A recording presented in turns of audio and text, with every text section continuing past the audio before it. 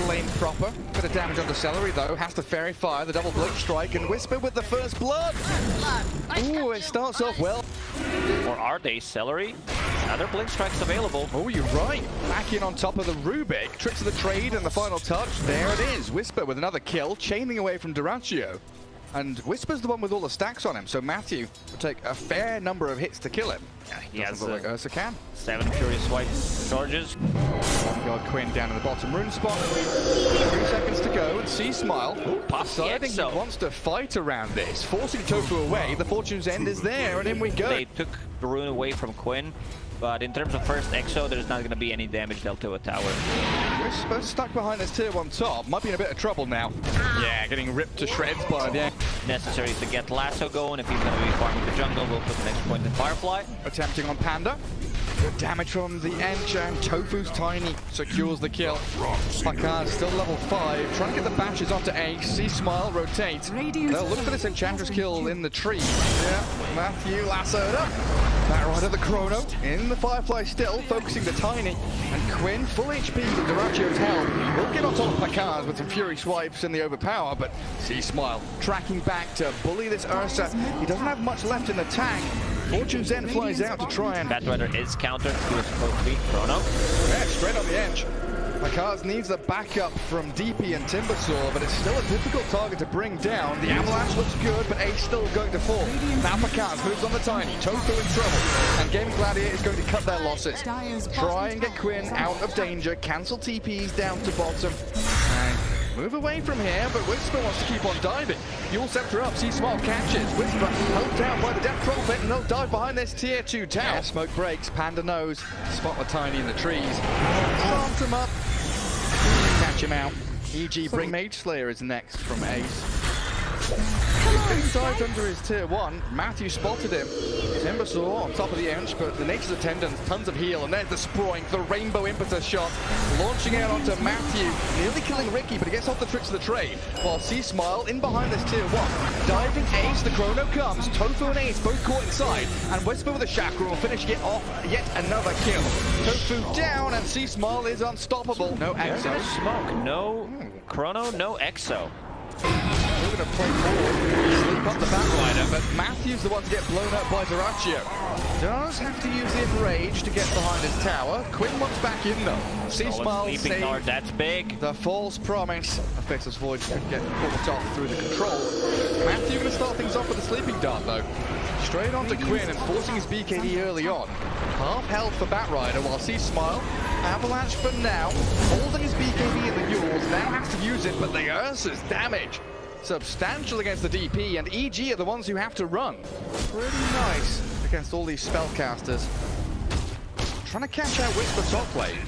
Lasso is there, and the down from Dyrachyo trying to kill him off, but a Timber Chain and the arrival of C-Smile slows things down. Wanted to chase Dyrachyo, and Whisper getting some revenge, but Game of Gladiators, they are all here. Avalanche toss, Whisper about to die. The False Promise is there, and Panda keeps him alive. A killing spree for him as they dive in. C-Smile falls, but Dyrachyo dead. Oh, look at this damage from the Enchantress. Spikes them all to death. Have another one. Radiant scanning off to the right, that turns red as well, so everybody knows the direction the opponents are coming from. Ricky starts with a Sleeping Dart, the jump in from Pakaz, no Chrono yet. Tofu trying the Avalanche top. Low. Ricky being focused down as Dyrachyo and Quinn straight onto him. Tofu and Matthew trading lives, and Quinn just trying to chase up here, but C-Smile keeping them at bay while Dyrachyo trapped in between 3 of EG, down to half health. They've got the bit of save and a buying time from the Yowe. Avalanche. KP looking to jump back in, the Avalanche again, but there's a false promise from the Oracle. Aegis already claimed up as Dyrachyo blinking back to his side of the map, and the 2-man Chrono there, catching both supports. Quinn and Ace still on the outskirts though, doing an awful lot of damage here, and Pakaz is struggling to stick on a target. Celery with the Spirit Siphons, trying to roleplay as Boxy, but can't quite get the job done. And now Ace trapped in place. Quinn and Dyrachyo on this high ground, not able to rejoin the fight. EG will come out victorious. Finished on Whisper, so double Chakram. Poor Panda. False Promise. Not going to help him out too much here. Drag back into the flames of Quinn. EG looking to press into this enemy ancient spot where they do have high ground vision. Straight up Chrono, catch Rubik and the Edge.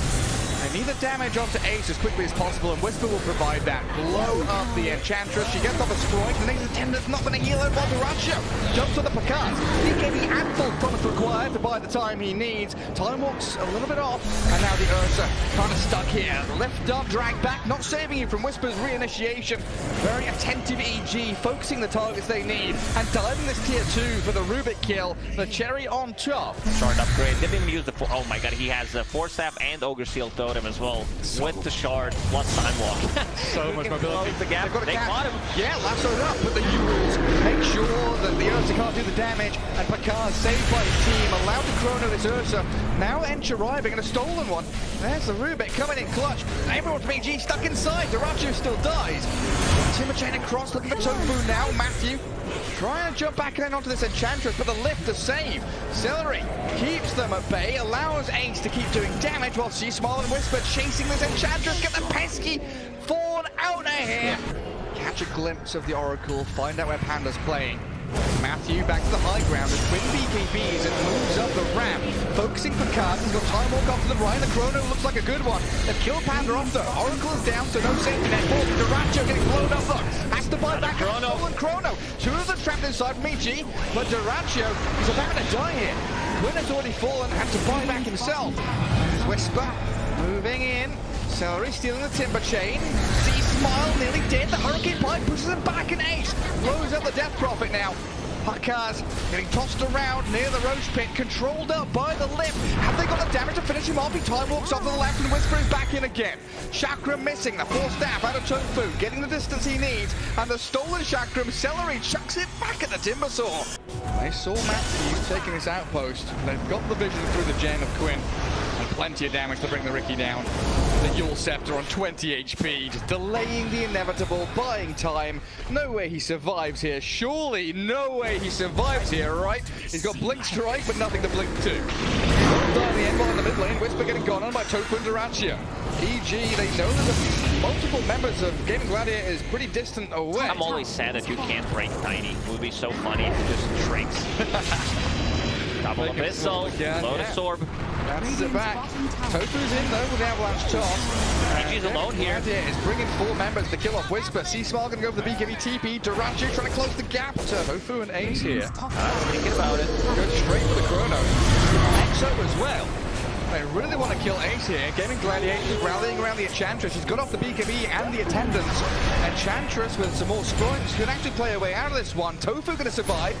Dragged away from Kokz. And now they've moved back in onto the Faceless Void. He's going to try and time walk it off thanks to the False Promise, but now Panda, the target of choice for Tofu and Celery, has the Fate's Edict on him, so protected against the magic damage, while Kokz and Smile chasing Quinn now. The Bat Rider gets turned on. This fight is dragging out forever as another Chrono from Kokz. Straight onto the Tiny and Ursa. Ench slept up, so the damage is lacking, and EG, they've done it now. Holding their high ground, coming out to play into the southern jungle and finding the Enchantress. A Yowe from Matthew finds a bonus target. Celery's Rubik trying to flicker away, but doesn't get any distance. So Whisper. The additional bonus from the Halberd on ranged heroes. Enchantress getting very close to her level 25. Blink initiation. Ursa gets lifted and forced out away. Ace gets the attendants out, points back, but Kokz just keeps on chasing. Chrono's up the Enchantress now, looking to blow up Ace. There is buyback available, and of course Ace in the hands of the Ursa still. DP caught inside that Chrono along with Whisper, unable to keep giving chase. Trying to blink and timber chain across. Might be able to get a catch with the side device. What is that? Is that flamethrower stolen by Rubik? Gets up to the high ground, away we head. Lots of expenditure here from EG. Chrono, Exo, still wanting to find more, but a Blink Lasso, Bat Rider. That's another one. Goes for the double lasso on the Faceless Void as Celery annihilated by Matthew and the Timber Saw in the back line. Comes with a double damage rune as well, and he walks straight into the middle of them. Lincoln's popped. EG does get Scythe. So on him, the backup there from the Oracle. False Promise and a big chrono. Batroid caught up in it. Quinn being battered into the ground. Dead for 2 minutes. Ace might be found as well, but they're going to go for the backline. Rubik being destroyed by Pakaz's Faceless Void. Time walks back in, looks for Ace, reverses it, rewinds, backs away. As Tofu splits the fight, multiple directions. Pakaz and Whisper find Dyrachyo under the smoke screen, can't do anything, caught up and killed. They're constantly disarmed both of the cores of Gaming Gladiators. They can't do deal anything. damage. Dyrachyo finally gets to open up onto a target and he slept. He's hexed. Control for days on end. There's no end in sight, just being blown up and controlled everywhere. Dyrachyo gets tossed across to the Oracle, but Panda, even has to disarm his own. Makes the baiting down, and the damage is down. Whisper with a double kill. Well, Ace by Batrider. This can't be correct. Like that's one stick in a palm, and then maybe like some Firefly damage, and EGs wanna close this one out. There are no buybacks available. This is game, Gary. Yeah, looks like it. They'll try and glyph. Maybe Ace can sproik his way to a base defense, but it looks like EG have got this one in the bag now. A very close fought game one, very tight battles, and it looked like Gaming Gladiators using their windows to perfection, but EG with these chronospheres, the late game protection of the false promise out of Oracle, and the itemization, hexing, darting, halberding, so much annoyance that Edge can't do a damn thing. She spends half the game in the sky. Disarmed again. Disarmed damage more, and GG is cold. EG take game one. They disarmed the Enchantress. Back on Io. There's gonna be a lot of sustain, and this Radiant's mid. They want this first blood. They want Ace. Go in on them with a rebound, catching profit. Damage from the TA and first blood grabbed by Pakaz. Come towards the top room spot and find a DD. Tofu faster with the fingers as Whisper has just solo killed Dyrachyo. Oh no, I was watching this top rune. And Matthew, yeah, fighting with Panda and Sea-Smile. Now he lands a stun, catches Tusk unaware. What a disastrous spot. Like I'm not sure why you're even stuck Whisper? there. Radiant Don't do too much. Maybe with Quinn arriving now. Helped out with the tag team, plenty of damage. Disposed though, stops Quinn's movement forward. This is all while Pakaz continues to get free farm and even goes for the solo kill. Ace close to death and he gets finished off. Sea-Smile taking large camp stacks. Might get jumped on here with a snowball, but the swashbuckle misses. Walrus Punch connects and the roll of thunder inside the shards gets them the kill. Now EG wanting to answer the aggression. Onslaught and Trample finding Tofu. Tusk is pulverized. 13 and a half minutes into the game. Could be nasty. Whisper. He's in a 1v2 situation, going straight for Celery. Let's see if he can... no tether available for him. EG starting to swarm. 3 heroes heading down to that bottom jungle. Matthew is alone for now, and that Wrath of Nature. Every 2 minutes he's got a new item. Dragonlance, Deso's Blink. Rebound in from Matthew.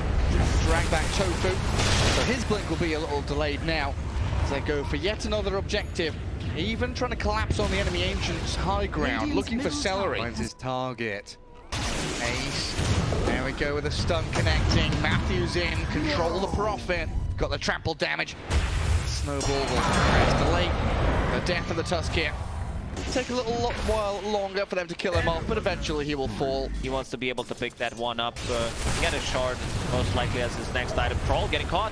Yeah, they've got the snowball save.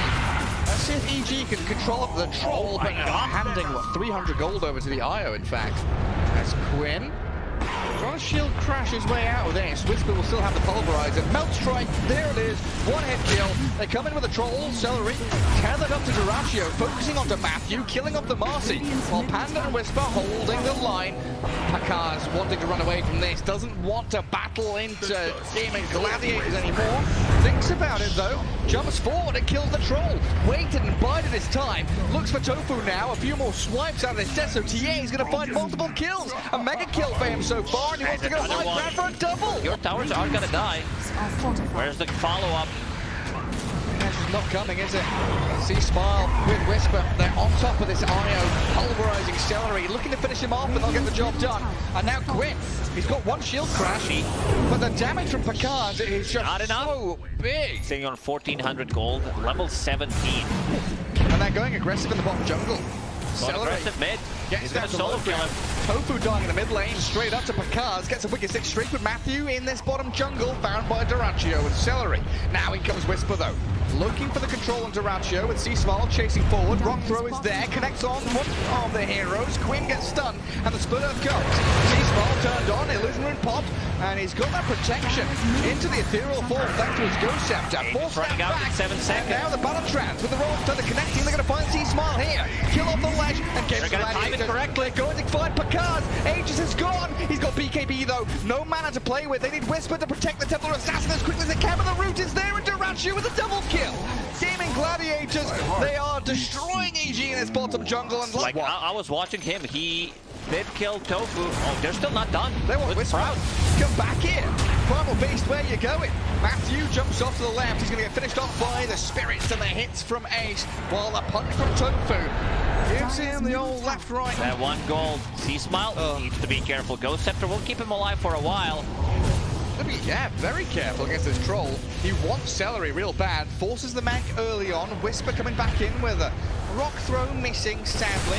Dyrachyo, 7 seconds for battle trans and no BKB, so he'll die. She is a ranged hero. This sword is going to scout out Quinn. Hello there, Pango.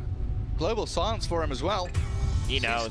They will have to get it somewhere, so Gleipnir going to help out tremendously. C-Smile going for a solo. Tofu has the snowball. Blink on cooldown for a couple of seconds, and that damage spilling onto it, make sure there is no jump away. Whisper in the meanwhile, aiming bottom lane, connects the onslaught onto the troll, and walks it back. Looks like Quinn knows what's up. Goes back to his own ancients, connects onto Matthew.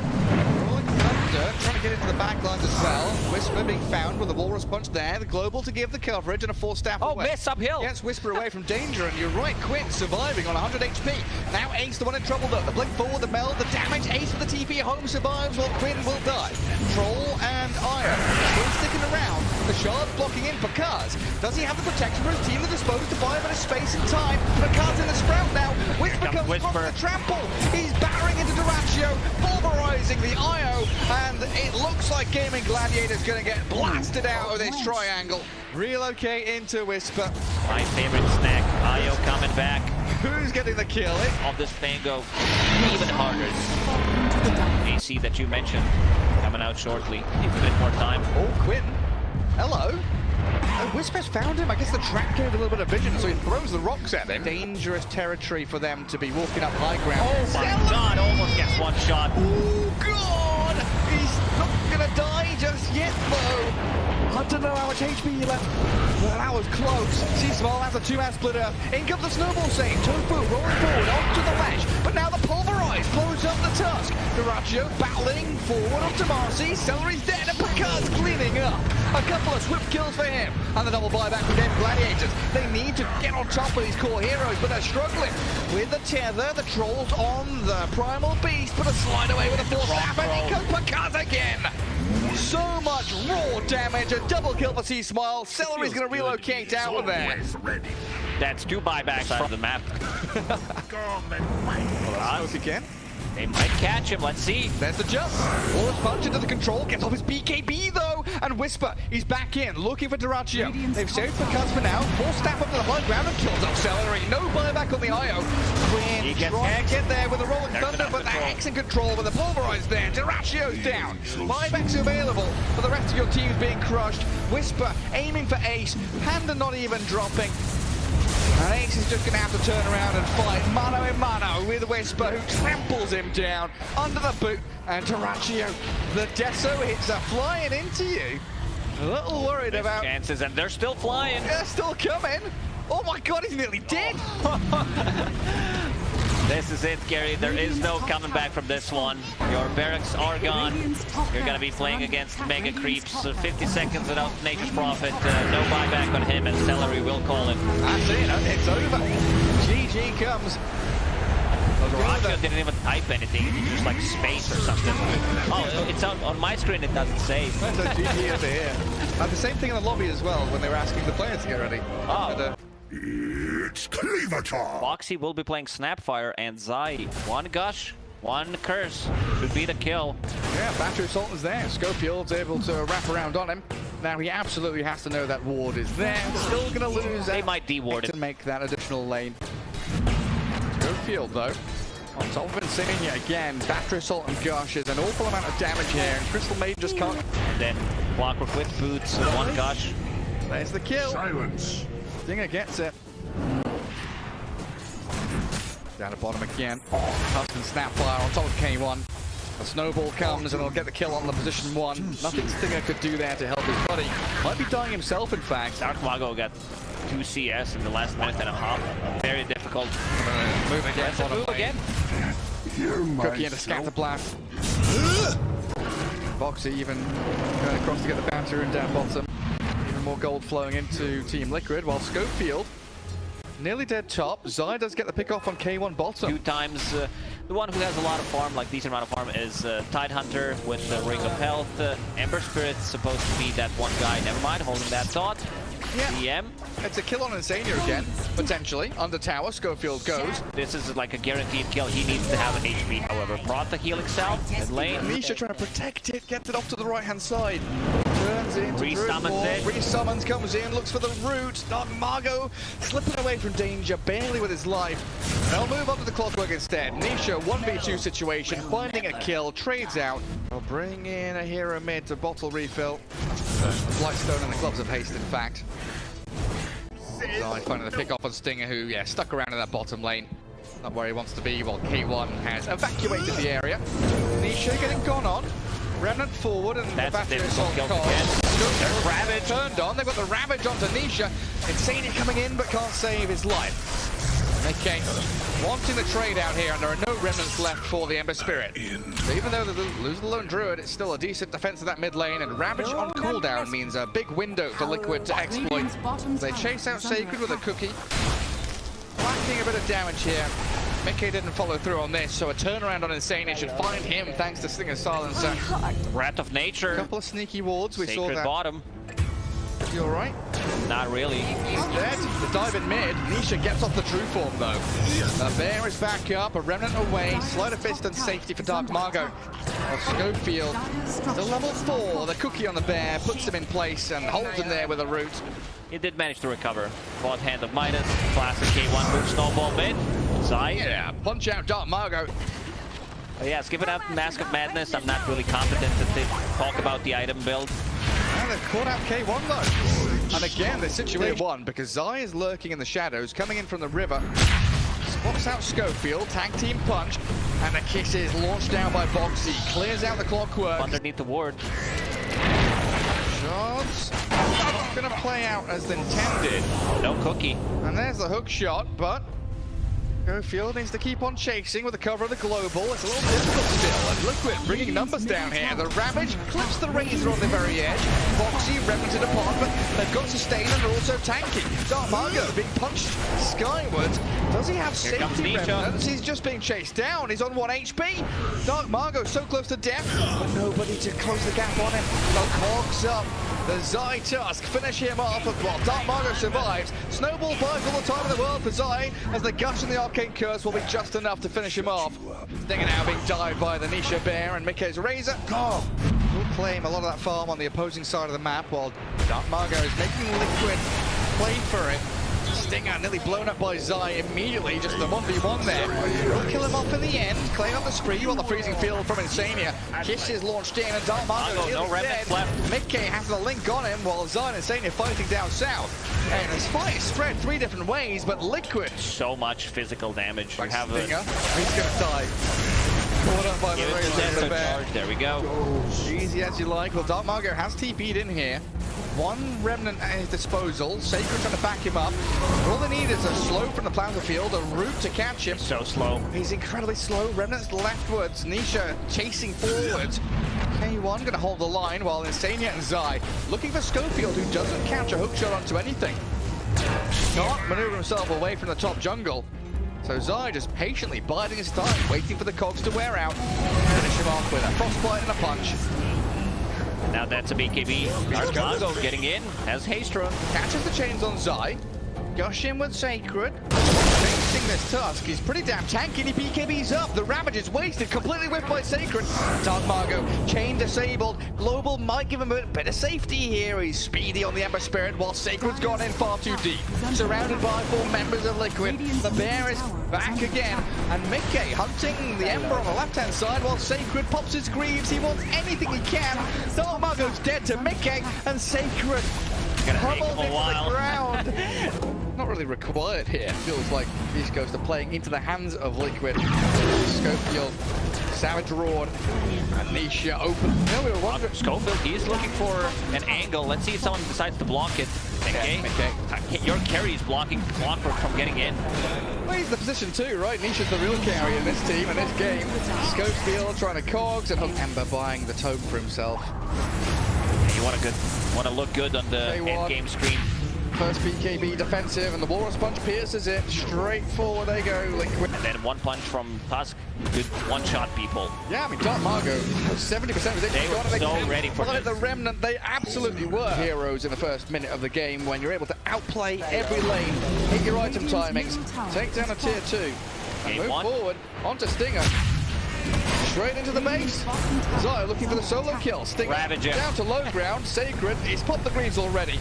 And Nisha sprinting forward with his bear. The kisses are there. Savage Roar, and Zai, incredibly small now for Beast Coast. Yes, you've got a Nature's Prophet who can spread his wings and split push lanes. It's incredibly scary to do so. Sacred might have overstepped here. Good force down to get away from the shards. The snowball's deep from Zai. Forced to BKB. But with a Walrus Punch and the chase from... With the snowball and just trying to buy time. But good Gleipnir usage to keep this lone druid away. Kokz maybe stuck around bottom a little too long.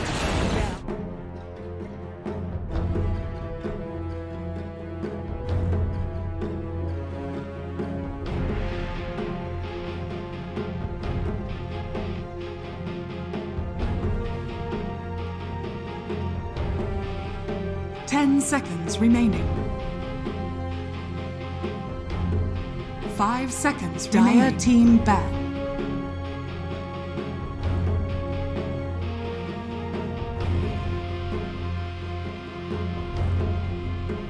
Radiant team ban.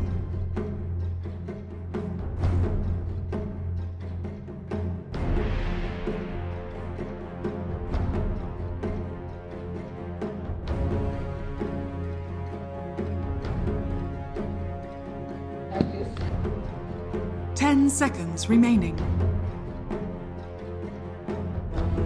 5 seconds remaining.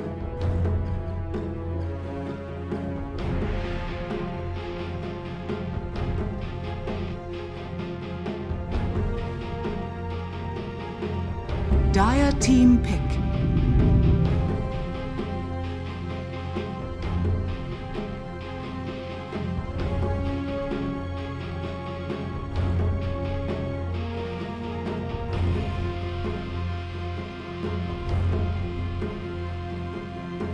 Seconds remaining. 5 seconds remaining.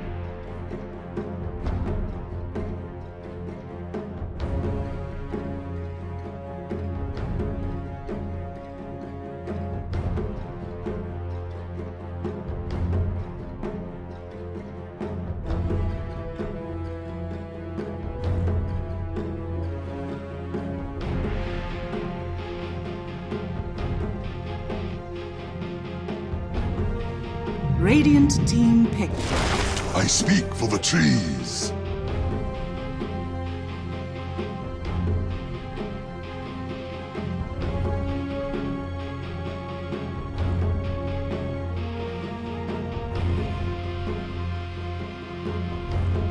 Seconds remaining. 5 seconds remaining. Radiant team pick. Alchemist. Dire team pick. Ripper.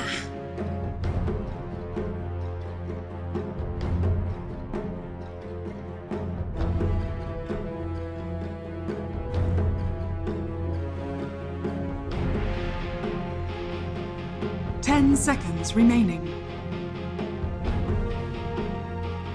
5 seconds remaining.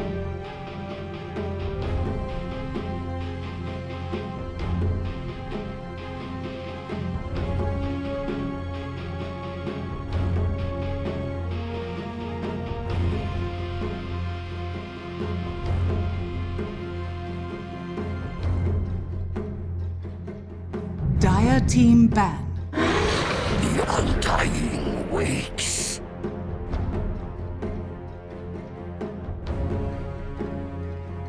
Radiant team ban.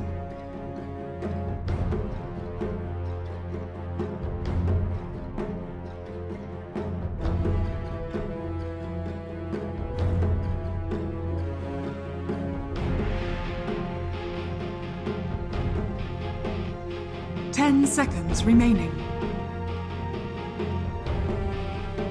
5 seconds remaining.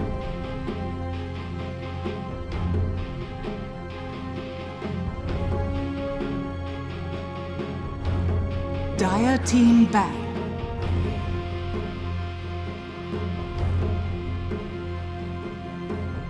Radiant team ban.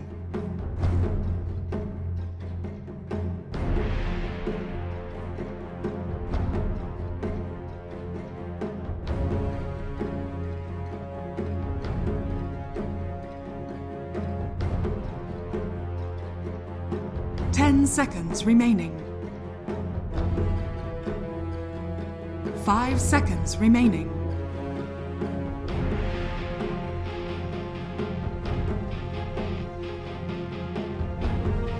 Dire team ban.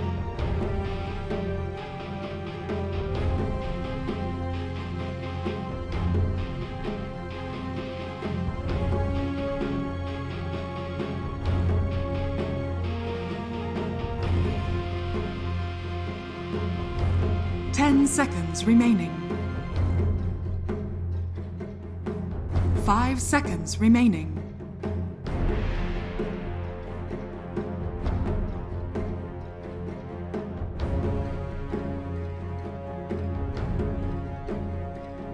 Radiant team ban.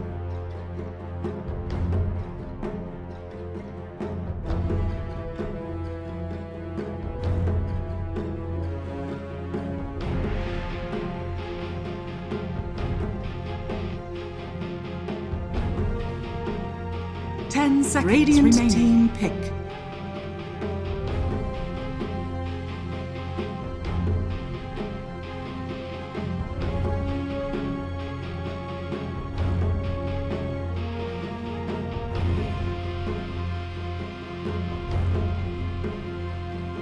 Seconds remaining.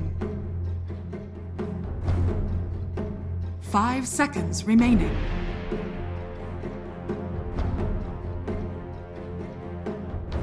Dire team pick. Zeus.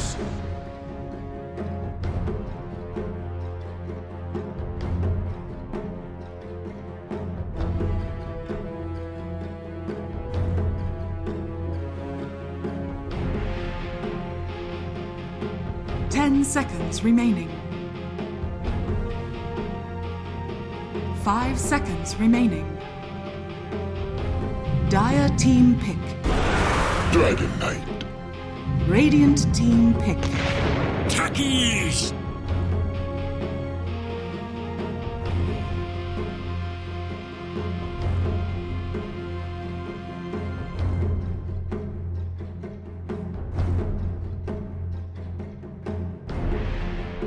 10 seconds remaining. 5 seconds remaining.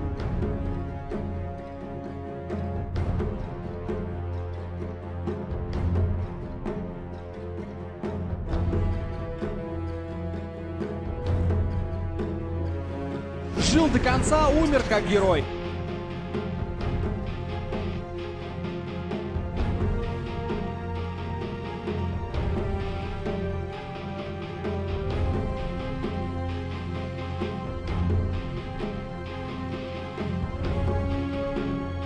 Dire team ban. Admiral Konka.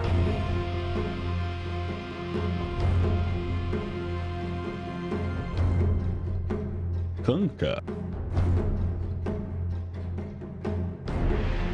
Good evening. 10 seconds remaining. Hello. 5 Hello. seconds remaining.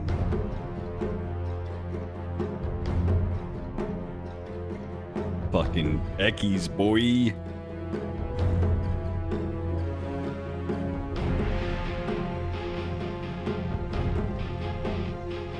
What? Radiant team ban.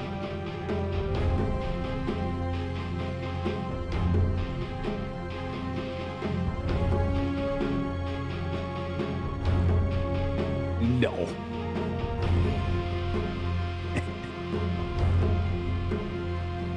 Eh, 10 seconds remaining. 5 seconds remaining.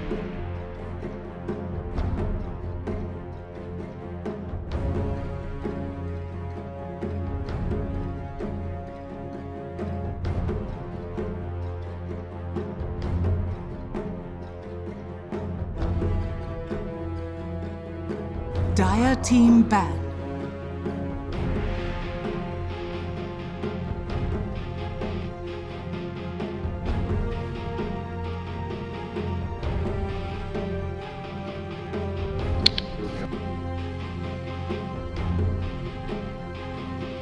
Ten seconds remaining.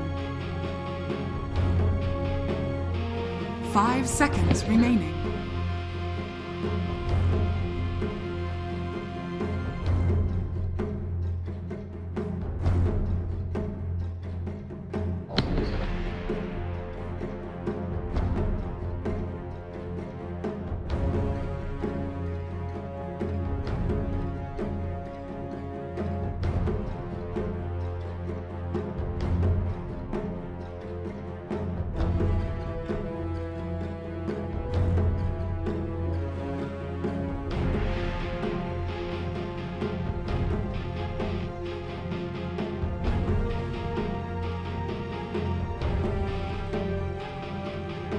Radiant team ban.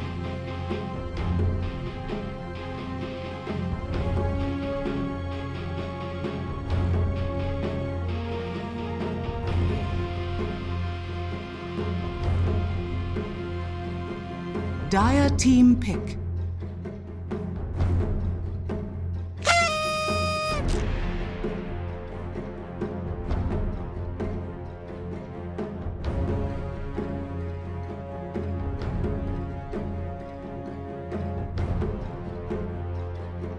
Seconds remaining. 5 seconds remaining.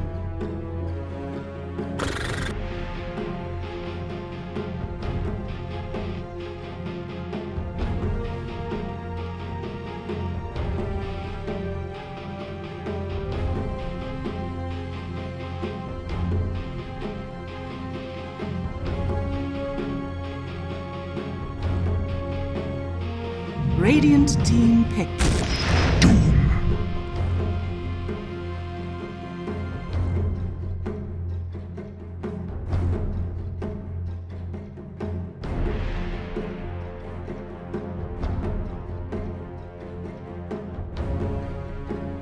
10 seconds remaining. 5 seconds remaining.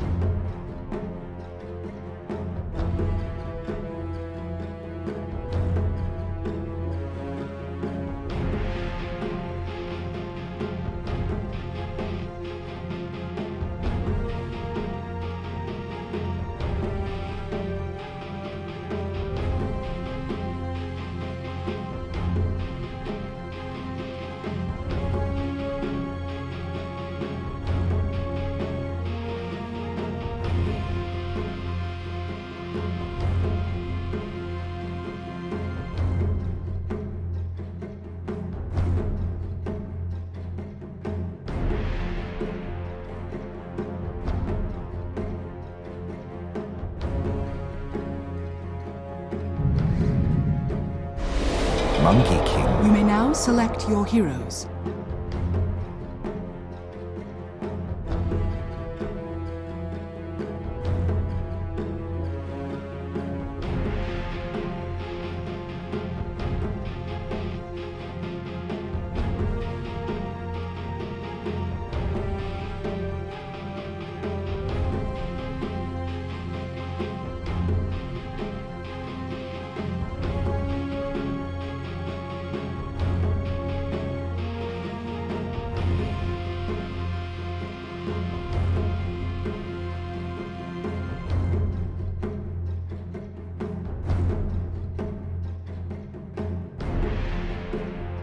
10 seconds remaining. 5 seconds remaining.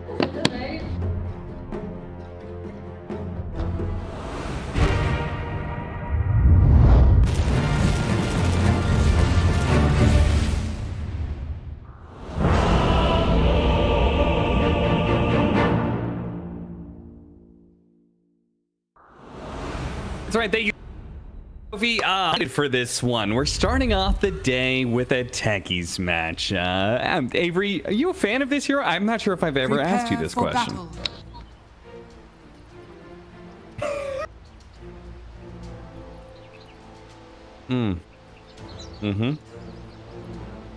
True.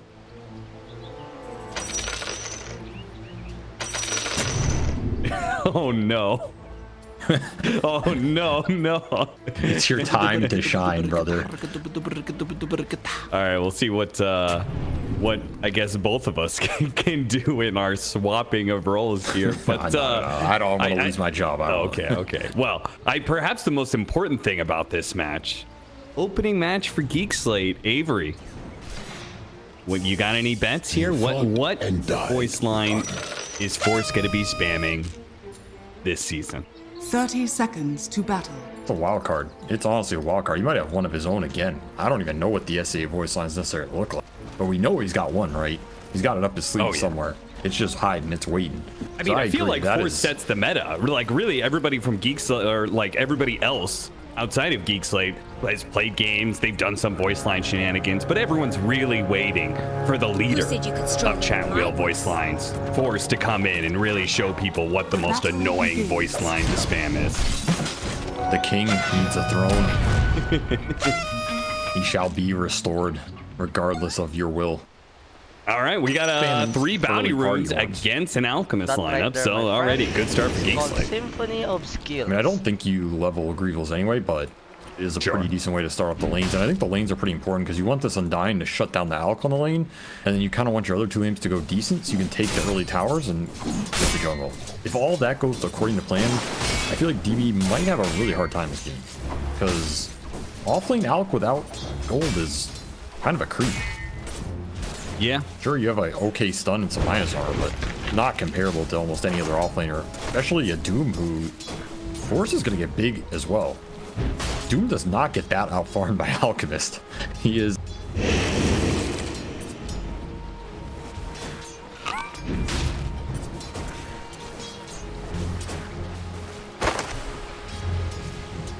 Sure.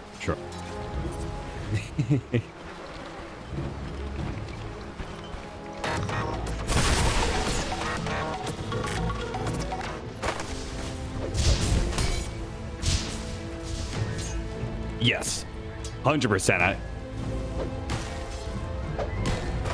was going to say the same thing. I feel like DB is so important for Army Geniuses, so having him on an Alchemist is a pretty interesting idea. Like, is he going to be, like, how much farm is he going to be able to get in lane? What do you do? What is his idea, I guess, rather, of offlane Alchemist? Because offlane Alchemists that we've seen in the past, it's been like, you know, Blink Dagger, maybe some Solar Crest or Spirit Vessel, and eventually you start handing away some Aghanim stuff. Is he going to do that, or is he going to be turning into more of a carry style? I mean, after all, Radiance did get that big buff. It's why we're seeing so much Alk lately. as a carry. I don't think you go Radiance on off lane. I think you have two routes. It's either some early cheap fighting item into ag spam, or just go like some physical aura carry build. We saw Funnick play it for bait the other day, and I kind of liked his build. He had like an early fighting item in Crimson card, and then he eventually got to AC, Blink, Basher type deal. It wasn't Radiance, it was just physical armor fighting, and he could frontline. And I think the frontline from the off lane can be pretty good. Yeah. Just abuse the regen, because there's not much that counteracts the regen in this game. Pretty good versus Doom, it's pretty good versus the DPC damage over time. There's not any heavy bursts, it's just techies. So I think DB kind of wants to just play the front line here, make space for Monkey to win the fights, but I could also see ag spam. They have good ags, right? Between Zeus, Monkey, and maybe even Kunkka super late. It's not the worst I've seen. Not the best, but I mean, you take what you can get, you know? I think the Monkey definitely...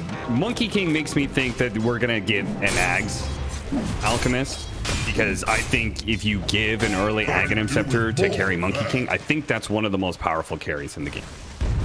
It's pretty good, yeah. It's up there. I think the best is Razor, but we haven't really seen carry Razor.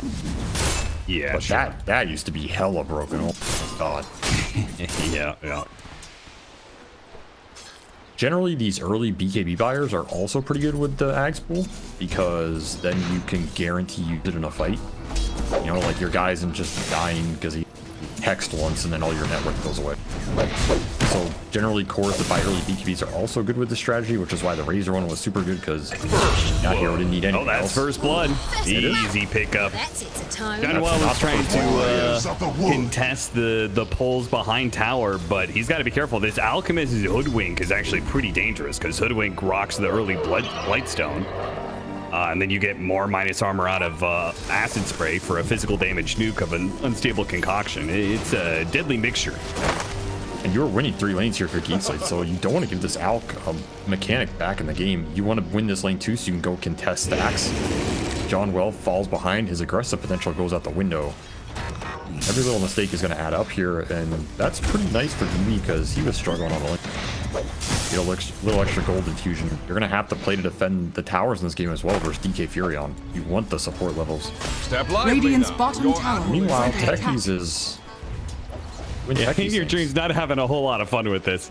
10 stick charges, and he did manage to at least get the Jingu stacks off of the Boundless Strike. So Dire's top tower is under attack. Early raindrop force as well. Not when you don't want to have to buy this on carry, but if you got to do it, you got to do it, right? I guess that's the value of Techies. Fight hero contributing almost nothing towards your win condition ever, which is why I hate it. I mean, how many fours do contribute to your win condition, though? Yeah. Ow.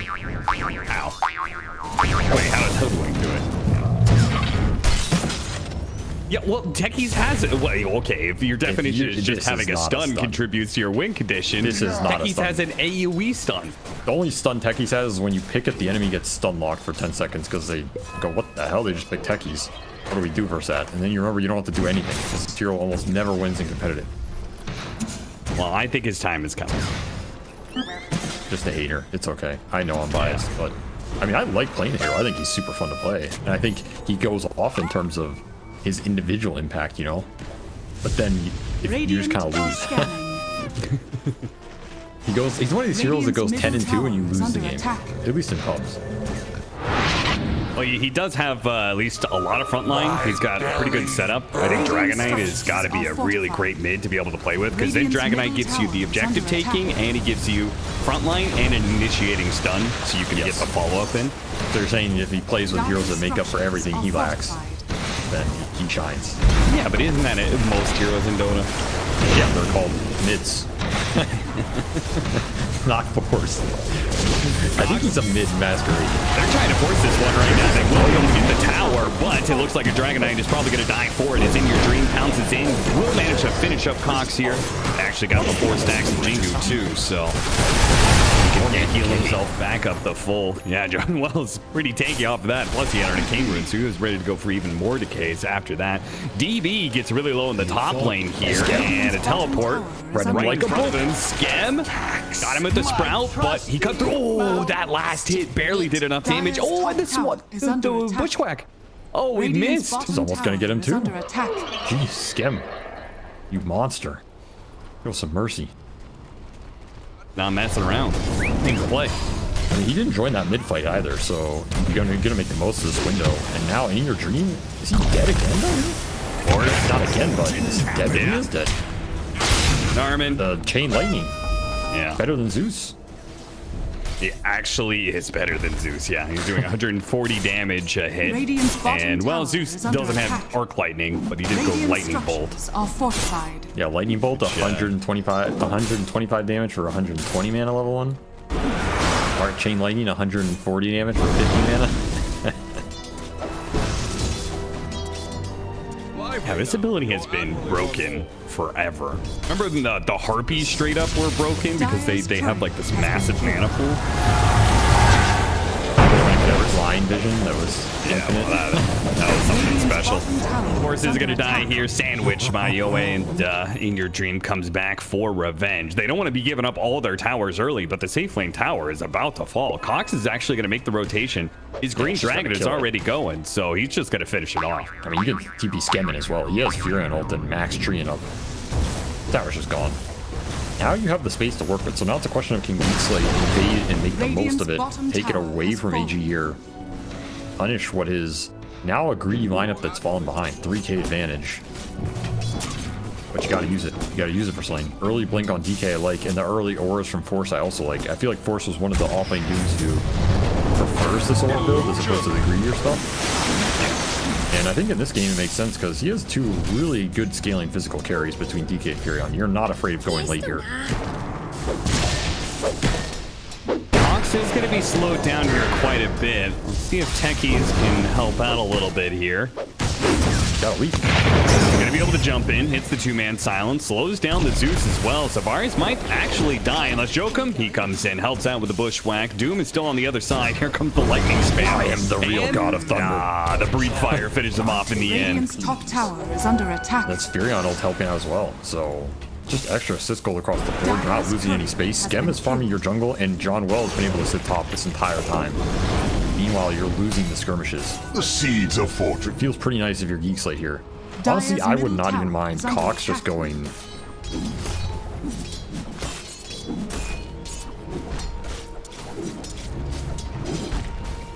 Radiant are scanning.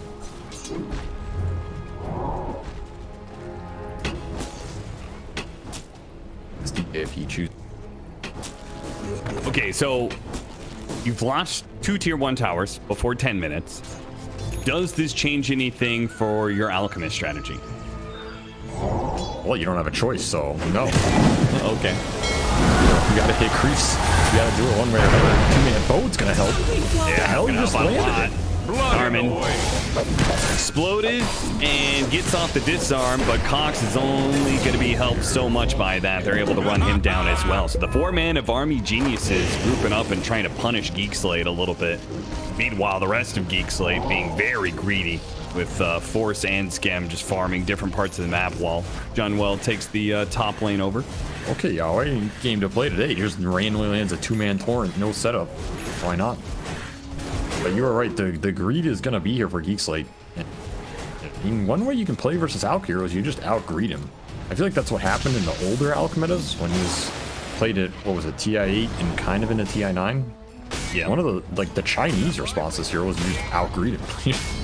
Just play more carries, and then what do you do? Because the hero can't really shut you down from farming. Not his job. The only Alch I felt like that ever did that was OGs, and obviously that team was very unique. DB, he went about a second too early. The 2 members of Army Geniuses were coming in to help out with that, and may still be able to dive John Well, but it's not going to be as clean what they were hoping for. This is not a dive because he already has level 6. He has a medallion. He has armor. He has the flesh golem buff. He drops the tombstone. Suddenly Furion TP's in. You TP one other hero, and that fight is just hella obnoxious. I mean, that's the downside. If you have 3 melee cores into the Dirge here, he's gonna mess you up in these fights. Like, this Undying can scale hard this game. We're giving him a lot of farm priority up here. Geek Slate are in no rush right now. I tend to agree. I don't think there's too much pressure on them. They're just making small, good moves. Another smoke top with the blink reveal of the Dragon Knight. Should land on this out kill. Oh, a bunch of damage. They don't have a stun, though, but the mines will do just enough. NARMAN helps finish him off. Meanwhile, though, Force dies at the bottom lane. Varizh popped the ultimate to ensure that they kill that Doom. It's a really good trade. Like, Yowe is finding openings in this game. I'm honestly impressed with how rough that early game could have gone. He's 3-0 and 2, making something happen with these boats. But again, you probably are going to lose another tier 1 for this, as Kokz is just manning up. He does not care about you. Radiant's top tower is under attack. Radiant's top tower has fallen.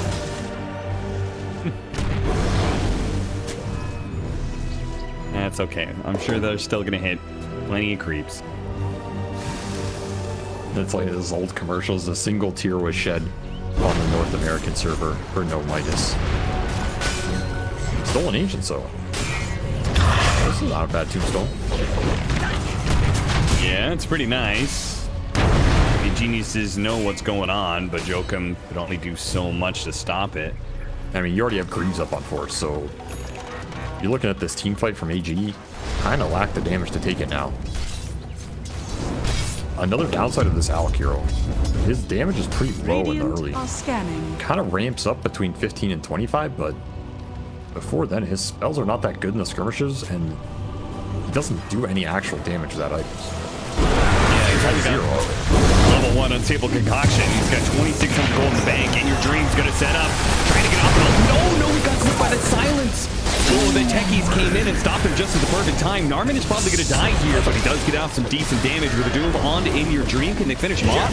With the Jingu, who's trying to keep himself alive, but Well comes in, finish off with Jhocam. Nice 3-man bushwhack. What a hit from Jhocam. With Varizh in the back, dealing out the damage. They might actually be able to run this down. DP walks away with a double kill. Looks like Skem is still kind of hard to fight, though. Jhocam runs too far forward, ends up getting burnt down, but they have an opportunity to maybe finish off Skem. The Torrent's going to be slightly off the mark. The Sprout cut through the trees, and they got him. And that boat did work that fight. Boat rum on everybody. You're dooming this monkey, but he lives for so long because of the delayed damage. And it buys enough time that DB can come in and on the top of that 3-man bushwhack. He's just too tanky. They don't have the damage to pierce through this chemical rage with boat rum on.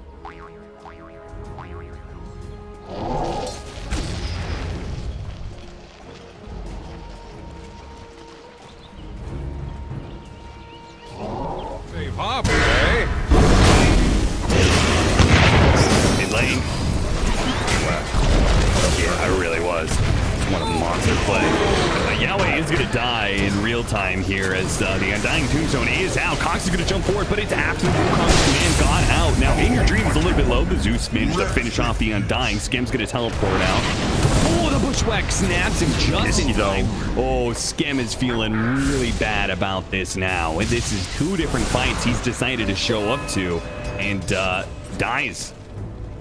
His farm is gonna fall really far behind when he was very far ahead at some point. He could be 2,000 gold more than this right now. You could have finished Gleipnir, and he's going that Gleipnir first, which means the BKB is going to be a little delayed. So this window for them to be able to punish him with just the raw amount of stuns they have it's going to be there for a while, and that's concerning. Maybe you have to take your foot off the pedal here a bit if you're Geek Slate, because these fights are not going your way. We're still looking at the same net worth difference that we had 5 minutes ago. EV's going Radiance. I don't blame him, I guess. I mean, he got a lot out of those fights that recovered his game, and he's highest net worth on his team. But this is pretty damn greedy, right? You're pretty much relying on boat rum as your only aura in these fights, and it's nice, but it's not great forever. You're gonna have 3 heroes itemizing for themselves here. I mean, Radiance is decent in the sense of the mischance is pretty valuable. The Furion, the DK, all these right clicks. Dive are scattered. Does feel a little greedy here. NARMAN actually spots in your dream thanks to one of those mines going off, and also he knows where the hoodwink is, and it looks like the Monkey King is going to maybe jump in, doesn't get caught.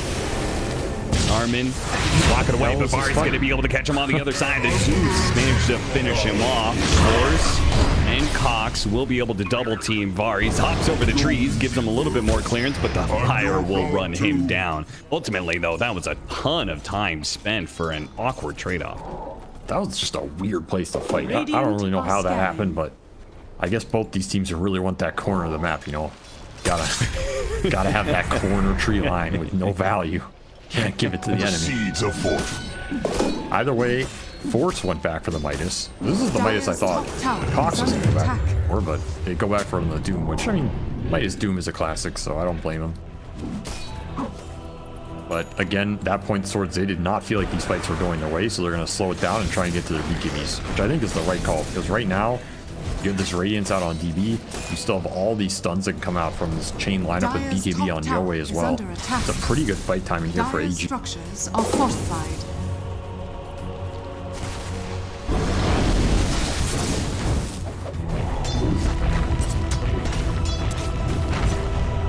So we're not going to need that much more time for the BKB with a little skem and Kokz. One component in. AG do manage to finish up that tier 1 tower, but let's see if they stumble into Geek Slate here, who already set up on high ground and willing to fight because Kokz does have his Dragon Force still out. Yeah, but do you want to dive Tombstone here into an outpost? No. It's not my playbook. Seems like it's not an Army Geniuses either. Nope, they're going to smoke though, and maybe look for a different angle. Oh, they want to defend the sword. Maybe they do want to. It's anyway. Yeah, he really is. He's gonna soul rip himself even more. Okay, they got that out of him, and they're gonna call it quits. DB says there are creeps to hit, boys. I'm gonna head bottom lane. Better than creeps, treants. Extra freebie. Yep. Gold. Another good bushwhack, but yeah, these bushwhacks are really solid. Doesn't save Varizh, but Yowe and Jhocam will be able to back off. Your admiral is on board. A bit more time for that BKB on DB, and maybe Army Geniuses will feel better about an engagement, but Geek Slate really not slowing down. They're going to keep up the pressure with another Dragon Form pop. They don't want to let this out get to his BKB. They can force the fight before that. I still think there's a window before this DK one comes out, but it's hard for AG to abuse it because as we saw, they can't really just run into Tombstone here. At least not yet. Maybe once you have triple BKB, that type of fight becomes easier. That's going to be in your dream's third item, and they're just about to get the Alchemist one. So the timing has not been there for AG in terms of syncing all of it up, whereas for Geek Slate, they still feel very comfortable to fight between the Greaves on Force and the Glimmer on John Well. It's a lot of sustain. Radiant's middle tower is under attack. Oh, they managed to get the X. Didn't think they were going to get that. Torrent there with the bushwhack. Lots of long-range poke here, especially with the Zeus to be able to back it up. And it is going to force Geek Slate off of the triangle for now. Well, look at what Skem's drawing, though. He just blocked their entire jungle with trees. Oh, wow. And that is what he just told his team. He said, guys, just back off. They have nothing to farm. They're going to get severely outfarmed in this next. And AG are just going to smoke, so they didn't even have a chance to see they didn't have the camps. But again, you're forcing an aggressive fight into this Tombstone high ground it back. This is just not it. Once again, from a distance, they try and kill the Undying, but yeah, as you said, cannot commit into the Tombstone. So, I mean, the Tombstone is out. Is there perhaps some sort of play where they can get a fight elsewhere? Looking like it. Maybe, but it's too easy to read. And even if you catch one hero, it's not economically worth it. Scanning. You're just gonna have to let them get the BKB here, and you're up for that fight yourselves. Which they are. They are finding decent farm on the Monkey and the Alk, which are the carries in this game. Remember, this Kunkka's basically a 3. You're always gonna have to take a step back in this game. Maybe just go Shard or play some utility role. Halberd might not even be bad. But here's that aggressive smoke for Geek Slate. This is their BKB timing. Kokz has it. Skem has it. They're ready to rock and roll. Yeah, they want to fight real bad. Smoke is going to break on the low ground, the worst situation. They're going to try and catch the Zeus. Maybe they'll get that much, but Smoke was not what they wanted. In your dream, barely escaping with his flash before his eyes. Well, they got another tombstone for Roshan, so they're just going to do that. Much more concrete play from Geek Slate. They don't have issues just taking the fight into AG like AG does into the tombstone, so they can kind of dictate the pace of the game. The deciding factor for most of the match. AG have not found a way around it. Again, I feel like the only way is triple BKB, but it's not there, so just for somebody who's going to clean it up. Says, I will go in, boys. Have no fear. And I believe him, because this guy shows no mercy. He has no mercy to give. Oh, nice two-man Gleipnir. He's going to go in deep here. Now, In Your Dream is going to be able to get into a good position with this Wukong's command. That's a good burst. One dead already. Skem's going to have to use the rest of his BKB to TP out. Man, just these bushwhacks are destroying them. That was so close. DB almost caught John well with the unstable concoction, but not quite good enough. Maybe they can take the mid tower though, with everyone having to TP away. Scout, I guess. Yeah, now they get to play some aggressive Dota. Mess up a fight. Make them pay. Dire's middle tower has fallen. Want to see what we do for around here? And here's the big question. I think Geek Slate are happy in the ultra late. They get the 5 or 6 slots on Fury and DK, but are they going to have damage problems in the mid game trying to get there? I feel like they are. You know, the alcohol. Monkey doesn't have to show. If you catch the monkey, I think you can take the fight, but if you just have to run through this front line, kind of obnoxious for Skem to just BKB and hit them with 150 base damage. You kind of need to get good dudes going off. So what, like you get the AC next on DB and you get BKB. Looks like he's gonna go maybe Mage Slayer, maybe Scotty next on In Your Dream, but like you get those next set of items and then you feel like AG, maybe they're stronger again in a fight. Yeah, I think you push for the second Roche with your tank ability here before the late game damage items come online for it. It's like that's your winning advantage. You're gonna try and force something out of the out and we'll get it. Again though, Skem cannot man fight him right now. This is just the out Furion matchup. He does not have his 3rd or 4th items which give him the DPS. So you kind of have to just run him around here. That's a pretty good run around though. That means now you can open up some objective bottom. I like that idea. Oh, they're going to defend this despite not having BKB on DB. Missed. That torrent lands, the boat falls up, and they get a good Wukong's command. Maybe Kokz just straight up dies, but now they have to just try and get out of here. Looks like Jhocam's going to be the one caught, and maybe Force pull back inside. Wukong's command does manage to Guardian greaves that one off, and will be able to get outside of the Wukong's command, so they're good for now. Back to the tier 2, it seems. And remember, Alp cannot get to this fight, and they know it. And Skem is pinging him. Radiant structures boys, he's still there. I know he's still there. Someone find him. They scanned him. Force found him. Oh, DB blinks just before the swing completes from the Infernal Blade. And Force has... Yeah. One off this game, I think? Yeah, that sounds about right. He is struggling. And it's almost like he needs a support with a stun to help him out. You know? Oh, well, it's a good thing you got Shard on techies then. It is good. It's kind of sucks that they've got this Undying hero. That hero doesn't have a stun. Yeah, Undying's definitely not done anything this game. Yeah, Undying is the problem. I'm just waiting for this techies to stun somebody. Is under attack. Any day now. He stunned a few people. Yes. I think you just laugh it off. Like he didn't really stun people. This is a fake stun. I'm gonna call it what it is. It's a fake stun. The stun that lands when you've already stunned. That's a fake stun. Plenty of follow-up stuns in Dota.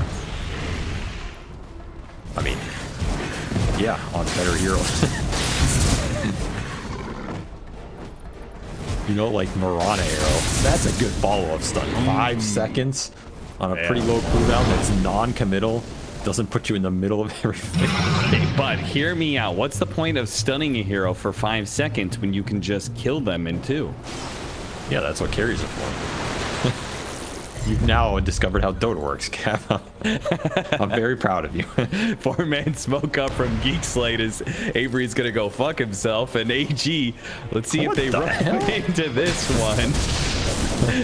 They're gonna scout the ward on the high ground, but they're ready to defend that ward. He's getting the Doom this time. Your dream, they finally managed to get the Doom just on the hero that No they thanks to wanted. techies. In your dream, he'll fall first. The 2 supports are gonna scramble on out of here. Because they did not get stunned by the 4 physician. Who tried but missed. Because this stun is also very slow. Well, you know, NARMAN doesn't have an Aether Lens. Dire's bottom tower is under attack. Is it a high percentage? Is it a... More than 50%. Well, that's just a blatant lie, and we all know. All right, I'll stop hating on the hero. I do like seeing the hero. Hold back. Well, look at that. Force is going to take the shot. Get that 5 position out of here. Tech's in a bit of trouble. Has the Force staff to get him some distance, but won't be able to make it far. Not with DB right on his tail. And an X marks the spot to pull him back. Okay, I mean, this game's getting stalled out. You have AC on DB. He is the highest network in the game, despite his start.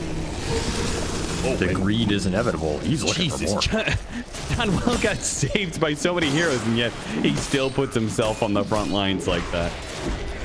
He's playing like a madman. I respect it. Now you kind of want this AC on Kokz to even it out, and Skem went dataless, so he knows he needs a high damage. I still don't know if it's going to be enough. I feel like the damage is still going to be a little low for Geek Slate for this second Roshan. Take the fight with the boat rum and triple BKB. That's a hard fight to take. Dire's top tower is under Yeah, I attack. kind of agree that the next 10 minutes are going to be pretty awkward for Geek Slate. The stun doesn't land. The BKB goes off from DB in time, and NARMAN just saw this coming. Backward from DB. Dragon Knight, he's going to be broken there by the shot from the Hoodwink. Already at half health, so Broken he by just the needs sight to of back his out. Dire's Or top killing tower himself is under attack. in an attempt to stun a hero.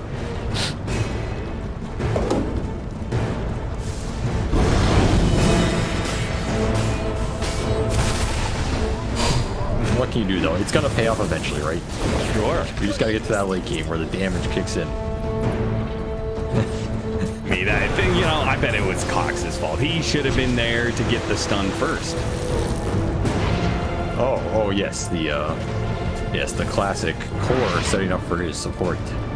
Feel the damage. Yeah. Okay, I'm done. I Go swear. both ways. I swear I'm done. Open I'm done hating. Ooh, double damage top lane. Okay, maybe that changes things a little bit. Roche spawn's long though. 15 seconds until it's up. Wish you could bottle that. I mean, there's truth though. Like, I do think Kokz has to kind of win these fights. One reliable stun. And that can set up for the Doom jump. It can set up for Skem to go in and start killing people. It can lock him around this tombstone. If you waste this Dragon Tail, or that person gets forced out or something, that fight looks way worse. You don't have any other lockdown here. AC, you can get the Ags on Dragonite, and then what do we go on Force? You think Dire's it's bottom about that tower time is for under him to attack. consider an Ags? Is that even that good this game? Chivas isn't bad here. That's what he's gonna go buy The the refresher's also fine. Yeah, I think Chivas just looks good because I think if you can just extend the fight, eventually you're happy winning Ultra. I still think that's kind of true. Maybe the wild card is if DB gets 6 on and he starts pulling Ags. I don't really know what happens then, to be honest, but you gotta have some faith in Dragon Knight, Fury on Lake. Black Dragon just being way too obnoxious. And of course, I mean, you always have the backup carry in techies, right? True. Got the level 25 talent. At the level 25. Big damage. 252 damage. Big damage. Big. Were we talking about it bad? Didn't you say it was the biggest damage talent in the game? I don't know, Avery. I'm pretty sure 252 is a lot bigger than 65. I don't count this. Nobody counts this. Techies doesn't even count this. This is not a real talent. It's like the tree at level 25 talent, but you'll never get there. Just what I've been waiting for. Jhocam's showing. He's yet to be able to really catch him this game. He's 1-1 in 10. Pretty damn good. Oh no, Skem. He used the Gleipnir on the creep wave just as he spotted Jhocam. Aww. Hoodwink will scurry away. Radiant are scanning. Not even gonna have to TP out. Look to cut another creep wave. NARMAN. Oh, NARMAN. He knows. Land a stun. Are scanning. Can he land a stun? Can he redeem all Techies players? And oh my god, he landed it! Drop your mines, drop your mines. Yeah. He got him. He got him. Ladies and gentlemen. Round of applause. We got him. 32 minutes, but he killed the goddamn support. Techies players everywhere rejoicing to hear he's back. Boys are back in town. I mean, that's going to open up the Roche here. It's spawning. Yeah, drop a mine in the pit and you'll know immediately when it spawns. Is under attack. He channeling, but The seeds of he'll use it to farm instead. Does have Basher in his backpack. Yeah, it's full out Abyssal Blade. And he has that level 20 talent too. It's a big talent. A lot of burst damage. Geek Slate. Is under attack. I mean, they do have Tombstone, but still, all landing inside the pit here is super dangerous. And they're going to be spotted. Immediately, the Torrent has already landed on the Kokz. They're going to try and chain stun him with the Wukong Smash on the full staff. Gets him just out of range in your dream. Now looks to, he's going to do with the Tombstone. That's going to finish up Roshan? No. What a switch stop. What a jump. A two-man stun. Perfect. NARMAN's going to follow that up with a monster hit. And that is going to be Kokz dead. Now to the keep chasing. Skem gets him with the Sprout. Afterwards, he's got the Gleipnir, and then Force or Kokz will be able to get the follow-up stun here. That'll be a triple for Skem. They can head back into the Roshan pit if they want. Yeah, I mean, they got the damage now. This Furion's hitting a bit harder. You have the Frost Dragon giving you some extra as well. Man, what a hoof stop. Force has had trouble all. Roshan has fallen to the down. Radiant's middle tower is under attack.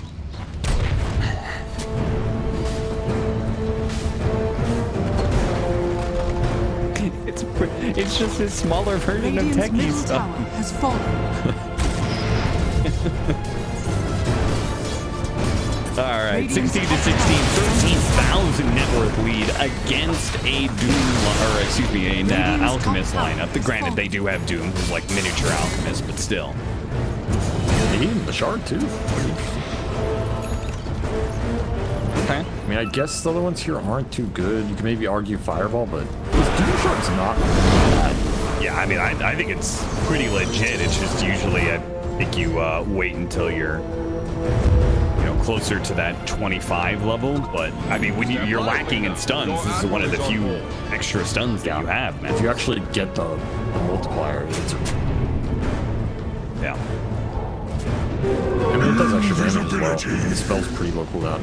It's a decent shard. It's not one you never really buy, but you don't have better ones. You take it and take it. And now you're in a really comfortable position for Geek Slate because now you're pushing towards the late game damage here between your DK Furion.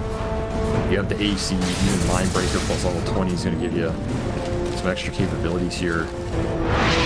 And of course, you have the Shivas on Force, so Doom can just jump in like that. He's not going to get bursted. He's going to slow the attack speed from AG as well. Really annoying for this lineup that kind of relies on it. Skem went Butterfly. What an absolute chad of a purchase. My god, he wants to end this goddamn game right now. It's Varizh's good way to start the beginning of the end. We got the tree cut. Oh, nice. Broke down the trees on In Your Dream, and we'll be able to finish him. Oh, didn't pop the BKB, but it doesn't matter. Still gets him with the lightning prompt. Trees.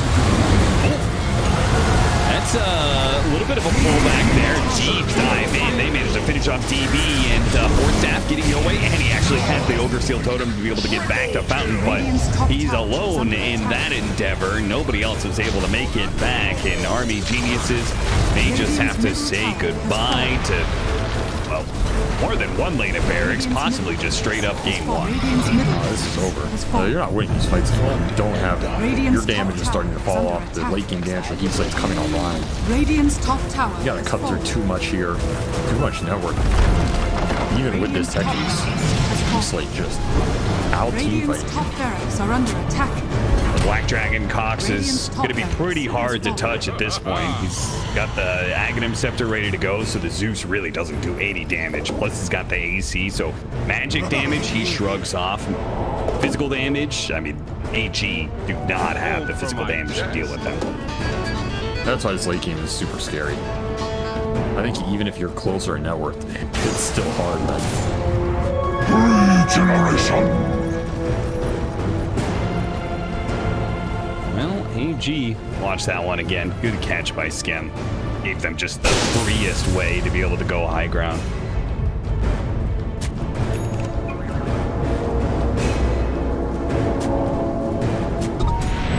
Step lively now. Your admiral is on board.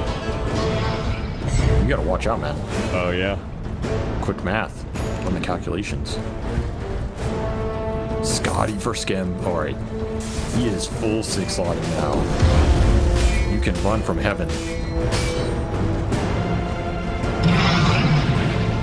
I think the worst part is what you talked about a while ago, how to beat an Alchemist lineup, just outgreed it. I don't see when Geek Slate stops being favored in the late game. Even like if the net worth somehow, you know, they are able to fight back, the net pool evens up, you're going to have Axe Doom, and they're going to put it to work here. Going in on the Drunk Up, beating them up already. High ground Tombstone, so they're having a hard time dealing with that one. They already killed the ward, too. Dealt with that. And he managed to get the stun onto the Monkey King. He couldn't TP out fast enough. That is just straight up GG. Game one is over, and Geek Slate have taken it. This is why Black Dragon's so terrible. Radiant's middle tower is under attack. Dire victory.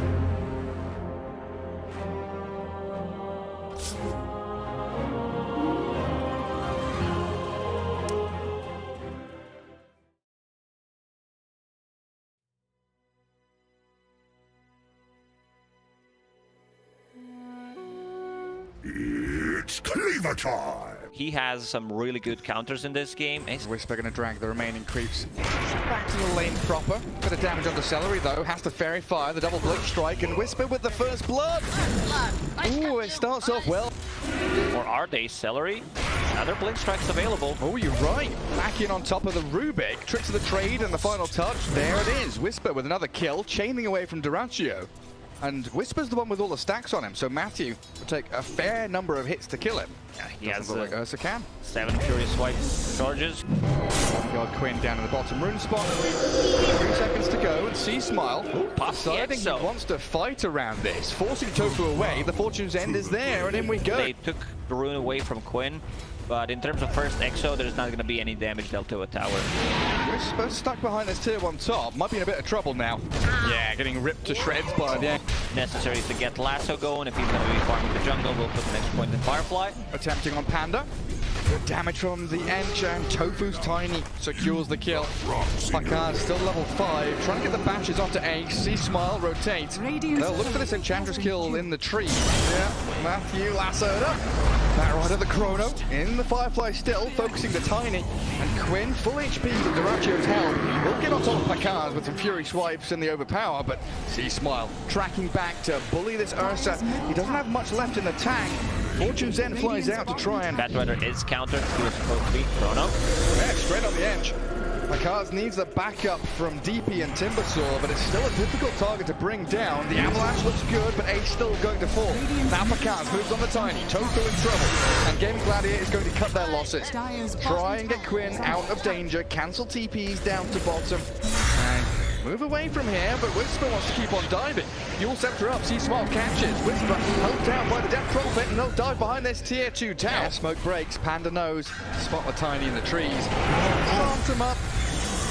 Catch him out. EG bring Mage Slayer is next from Ace. He's dived under his tier 1. Matthew spotted him. Timbersaw on top of the edge, but the Nature's Attendant, tons of heal, and there's the Sproink, the Rainbow Impetus shot, launching out onto Matthew, nearly killing Ricky, but he gets off the tricks of the trade, while C-Smile in behind this tier 1. Diving Ace, the Chrono comes, Tofu and Ace both caught inside, and Whisper with a Chakra will finish it off yet another kill. Tofu down, and C-Smile is unstoppable. No Exo. No smoke, no Chrono, no Exo. We're going to play forward, sleep up the Batrider, but Matthew's the one to get blown up by Zeraccio. Does have to use the Enrage to get behind his tower. Quinn wants back in though. C-Smile saved. That's big. The false promise. Affects Void to get caught off through the control. Matthew going to start things off with a sleeping dart though. Straight onto Quinn and forcing his BKB early on. Half health for Batrider while C-Smile. Avalanche for now, holding his BKB in the Yules, now has to use it, but the Ursa's damage substantial against the DP, and EG are the ones who have to run. Pretty nice against all these spellcasters. Trying to catch out Whisper top lane. Lasso is there, and the down from Zeraccio trying to kill him off, but a Timber Chain and the arrival of C-Smile slows things down. Wanted to chase Zeraccio, and Whisper getting some revenge, but Gaming Gladiators, they are all here. Avalanche toss, Whisper about to die. The Vault Promise is there, and Panda keeps him alive. A killing spree for him as they dive in. C-Smile falls, but Zeraccio dead. Oh, look at this damage from the Impetus sprites them all to death. Have another one. Radiant scanning off to the right, that turns red as well, so everybody knows the direction the opponents are coming from. Ricky starts with a sleeping dart, the jump in from Kokz, no Chrono yet. Tofu trying the Avalanche so low. Ricky being focused down as Zeraccio and Quinn straight onto him.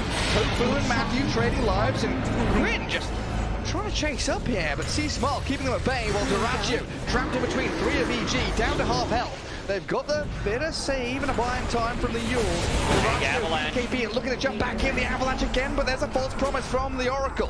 Aegis already claimed up as Zeraccio blinking back to his side of the map. And the 2-man Chrono there, catching both supports. Quinn and Ace still on the outskirts though, doing an awful lot of damage here. And Kokz is struggling to stick on a target. Celery with the Spirit Siphons, trying to roleplay as Boxy, but can't quite get the job done.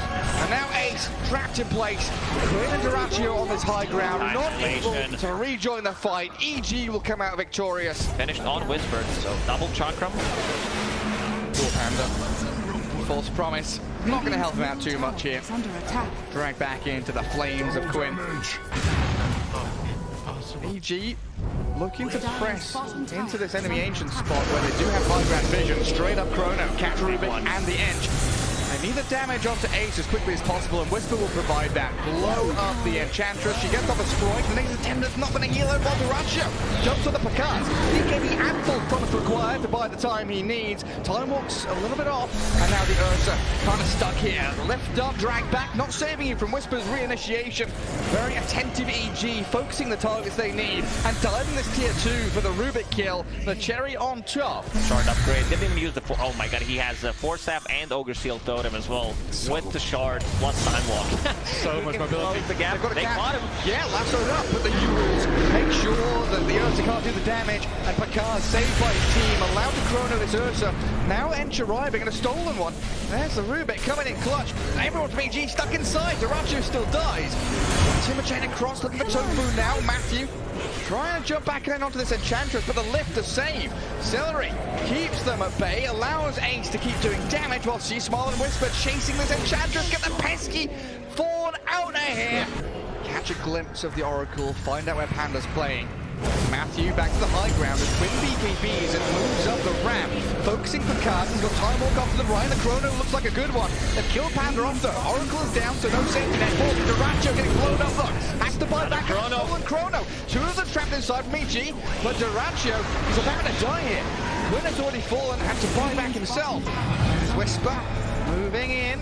Celery stealing the timber chain. See Smile nearly dead. The Hurricane Pipe pushes him back, and Ace blows up the Death Prophet now. Kokz getting tossed around near the Roach Pit, controlled up by the Lip. Have they got the damage to finish him off? He time walks off to the left and Whisper is back in again. Chakram missing, the force staff out of Tofu, getting the distance he needs, and the stolen Chakram, Celery chucks it back at the Timbersaw. They saw Matthew taking this outpost. They've got the vision through the gen of Quinn, and plenty of damage to bring the Ricky down. The Yowe Scepter on 20 HP, just delaying the inevitable, buying time. No way he survives here. Surely no way he survives here, right? He's got Blink Strike, but nothing to blink to. Down the end in the mid lane, Whisper getting gone on by Tofu and Duracho. EG, they know that multiple members of Gaming Gladiators pretty distant away. I'm always sad that you can't break Tiny. It would be so funny if it just shrinks. Double missile, Lotus Orb. That's it back. Tofu's in though with the Avalanche toss. EG's alone here. Is bringing 4 members to kill off Whisper. C-Smile gonna go for the BKB TP. Duracho trying to close the gap to Tofu and Ace here. Thinking about it. Goes straight for the Chrono. Exo as well. They really want to kill Ace here. Gaming Gladiators rallying around the Enchantress. He's got off the BKB and the Attendants. Enchantress with some more strikes could actually play a way out of this one. Tofu going to survive. Dragged away from Kokz. And now they've moved back in onto the Faceless Void. He's going to try and time walk it off thanks to the False Promise, but now Panda, the target of choice for Tofu and Celery, has the Fate's Edict on him, so protected against the magic damage, while Kokz and Smile chasing Quinn now. The Bat Rider gets turned on. This fight is dragging out forever as another Chrono from Kokz. Straight onto the Tiny and Ursa. Edge slept up, so the damage is lacking, and EG, they've done it now. Holding their high ground, coming out to play into the southern jungle and finding the Enchantress. A Yowe from Matthew finds a bonus target. Celery's Rubik trying to flicker away, but doesn't get any distance. So Whisper. The additional bonus from the Halberd on ranged heroes. Enchantress getting very close to her level 25. Blink initiation. Ursa gets lifted and forced out away. Ace gets the Attendants out, points back, but Kokz just keeps on chasing. Chrono's up the Enchantress now. Looking to blow up Ace. There is buyback available, and of course, Ace in the hands of the Ursa still. DP caught inside that Chrono along with Whisper, unable to keep giving chase. Trying to blink and timber chain across. Might be able to get a catch with the side device. What is that? Is that flamethrower stolen by Rubik? Gets up to the high ground, away we head. Lots of expenditure here from EG. Chrono, Exo, still wanting to find more, but a Blink Lasso, Bat Rider. That's another one. Goes for the double lasso on the Faceless Void as Celery annihilated by Matthew and the Timbersaw in the back line. Comes with a double damage rune as well, and he walks straight into the middle of them. Lincoln's popped.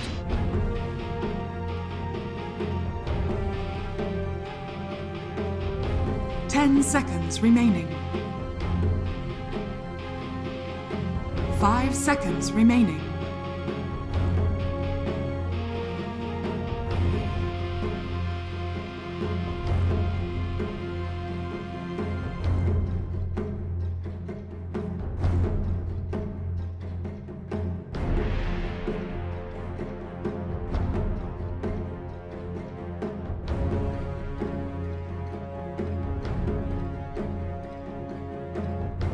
Radiant team ban.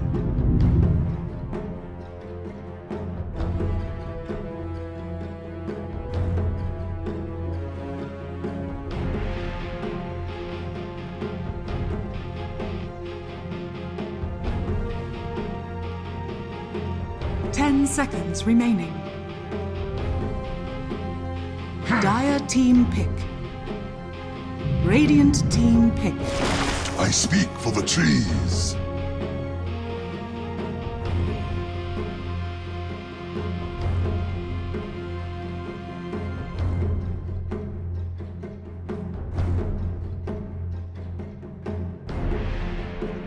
Ten seconds remaining. 5 seconds remaining.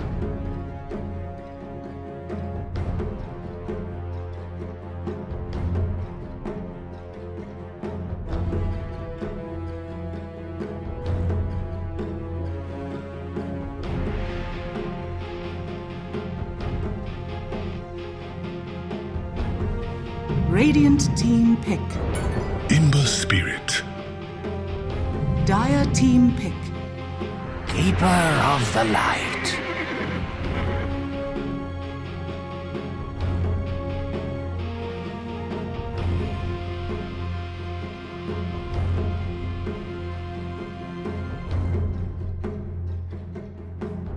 Seconds remaining.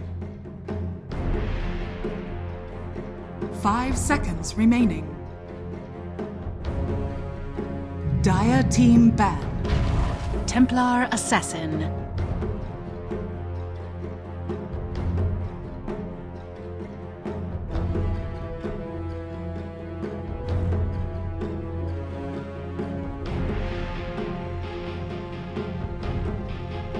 Seconds remaining. 5 seconds remaining.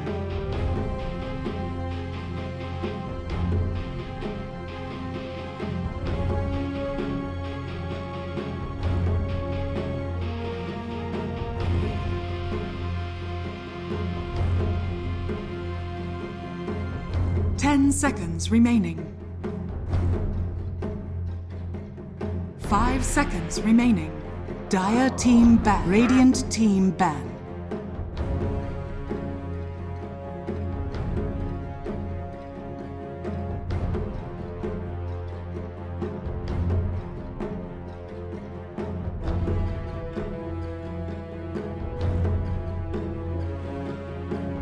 Seconds remaining.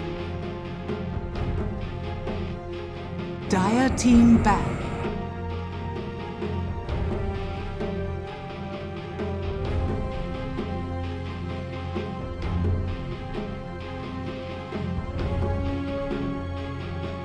Radiant team ban.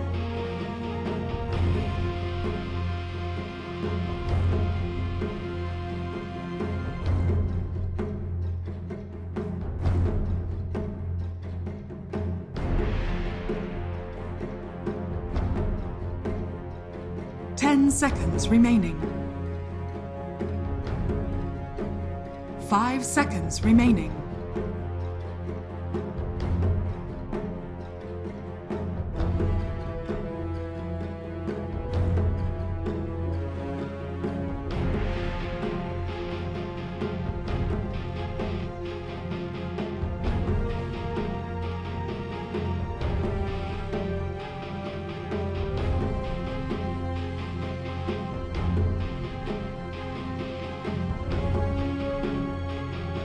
Radiant team pick.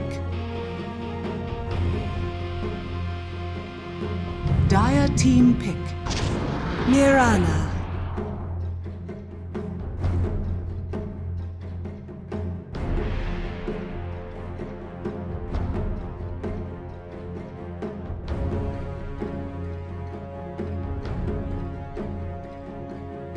Seconds remaining.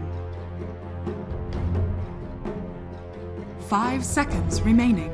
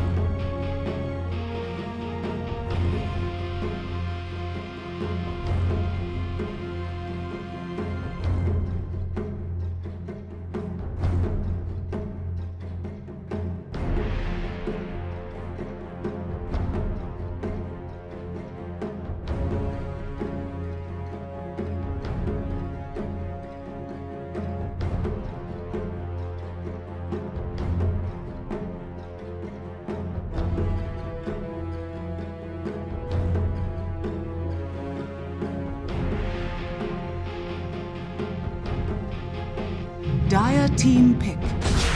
Bounty Hunter.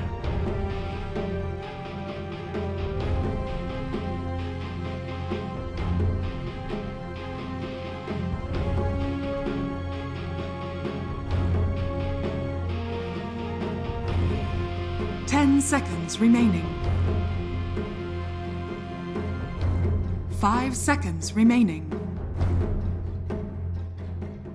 Radiant team pick.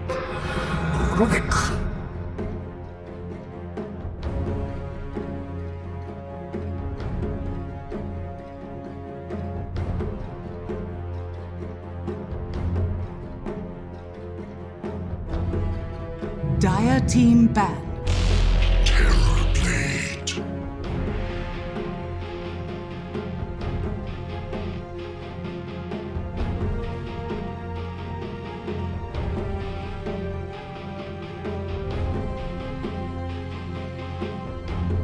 Ten seconds remaining. 5 seconds remaining.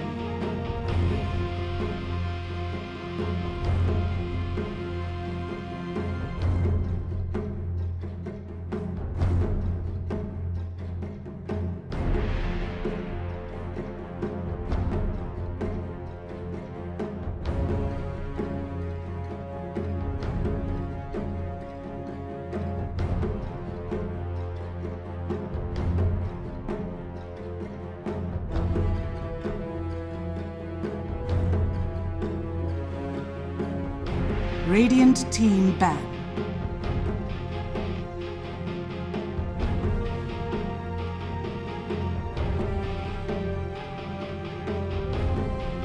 Dire team ban.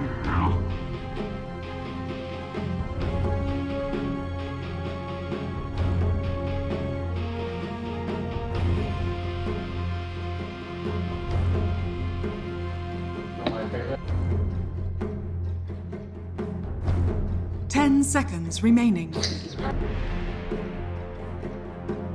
5 seconds remaining.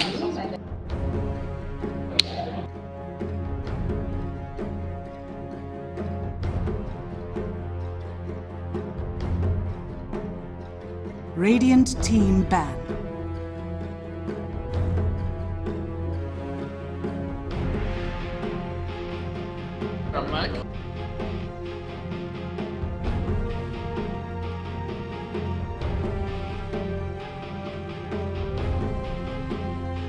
Seconds remaining.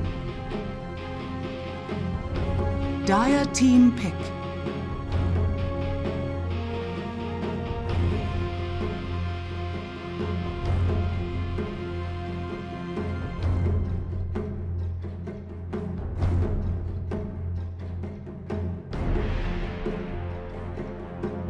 Ten seconds remaining. 5 seconds remain. Radiant team pick. Behold the Horn of Magnus.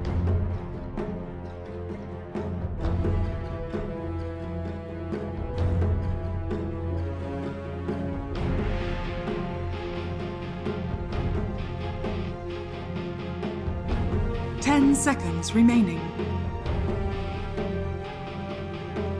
5 seconds remaining.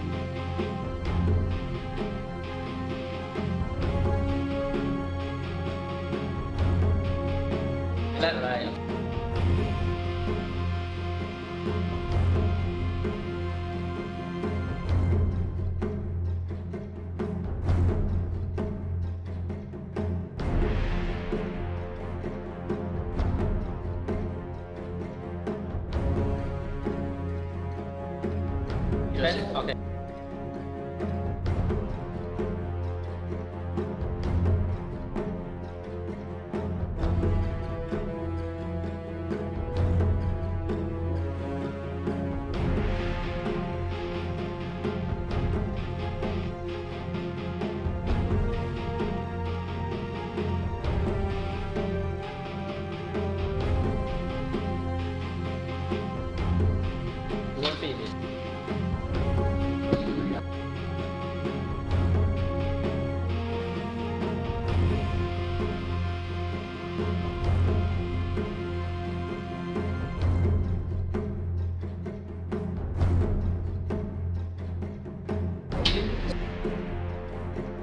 Me neither.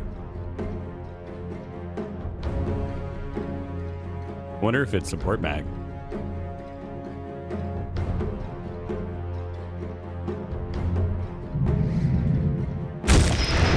Saying like Choose your I feel hero. like that power is not.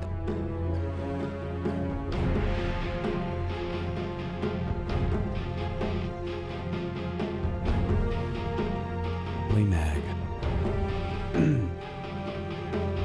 Somebody was saying that. Oh, that's right. Last night. When Meander was, Ari keeps telling them, pick me mag.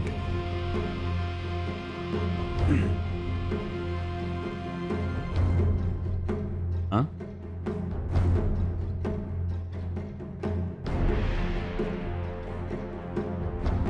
Yeah.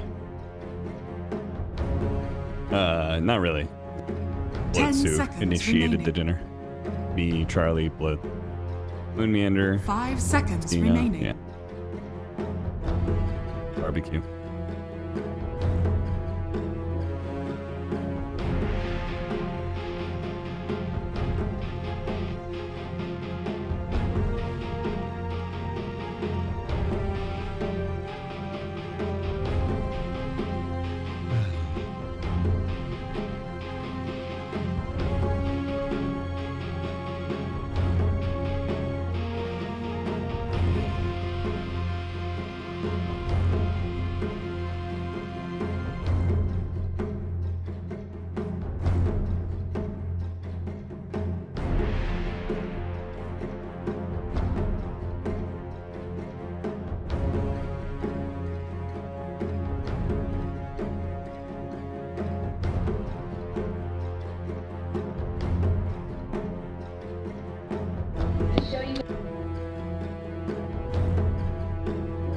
Yes, we are, Sophie. We're excited for this because we have a mag, and I'm not sure if either one of us really knows why they picked mag exactly, but we're gonna find out. Learning is the best part of Dota, isn't it, Avery?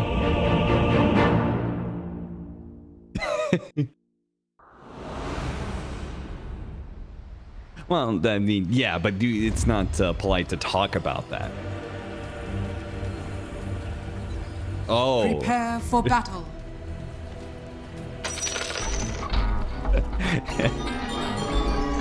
I'm talking about strategic economy.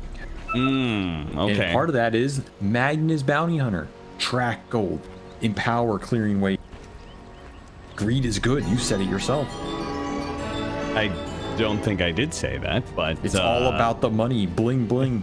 That's Cap's hashtag. Are you okay? They have Austin, a bounty hunter. bling, They have bling, a mag. Walsh. Prepare for a lesson. Is it literally just as simple as just like skewer, isolate somebody so you can get track kills, or what? I mean, they wanted an aura buyer. It's probably the aura buyer DB. Like, I'm gonna just destroy him with it. They kind of wanted some BKB pierce as well, because Airblade's a pretty big BKB dependent hero. So you get both of those with mag as opposed to slaying like with Timber. I would have preferred the Timber because I think the front line was maybe more valuable here. I don't think the displacement's amazing this game. It's like okay when you force Roche and stuff, it becomes pretty good, but okay. Whoa, wait, never mind. You're dumb, I'm smart. I figured it out. All right. Well, that's definitely not true. DB is gonna go the Aghanim Scepter. Eh? Yeah? The Aghanim Scepter is very good against heroes like TB with extremely high base armor. That is true. It's like Elder Titan Light, you know? Yeah. No? You don't think that? You don't think that's the reason why? Tim gets an Ags, and that's his game plan, and hat off to him, you know? I will tip all of my hats, all 30 of them that I own. I will tip them to this man. Wait, why do you have 30 hats? My Dota hats. Oh, Dota hats. Right, Cap, we're talking about Dota, man. Why do you keep thinking this stuff is real life? Cut me some slack, brother. Okay, I guess my biggest problem with Magnus, unless he's going the Aghanim Scepter, is that we could have used a little bit more magic damage. Am I wrong? I feel like this is a lot of physical damage against a TB. Yes. That's why you build Ags, you reduce his armor. It all comes that together. Sounds intelligent. Yeah, you didn't think of that one, did you? I did not. That's extremely smart of you to come up with, Avery. That's why I'm here. That's think Yowe is here to destroy mid, because he is destroying it right now. He won the early regen trade super hard. I don't think he should win it this hard, but he is owning, and that is... Your attempt was pathetic.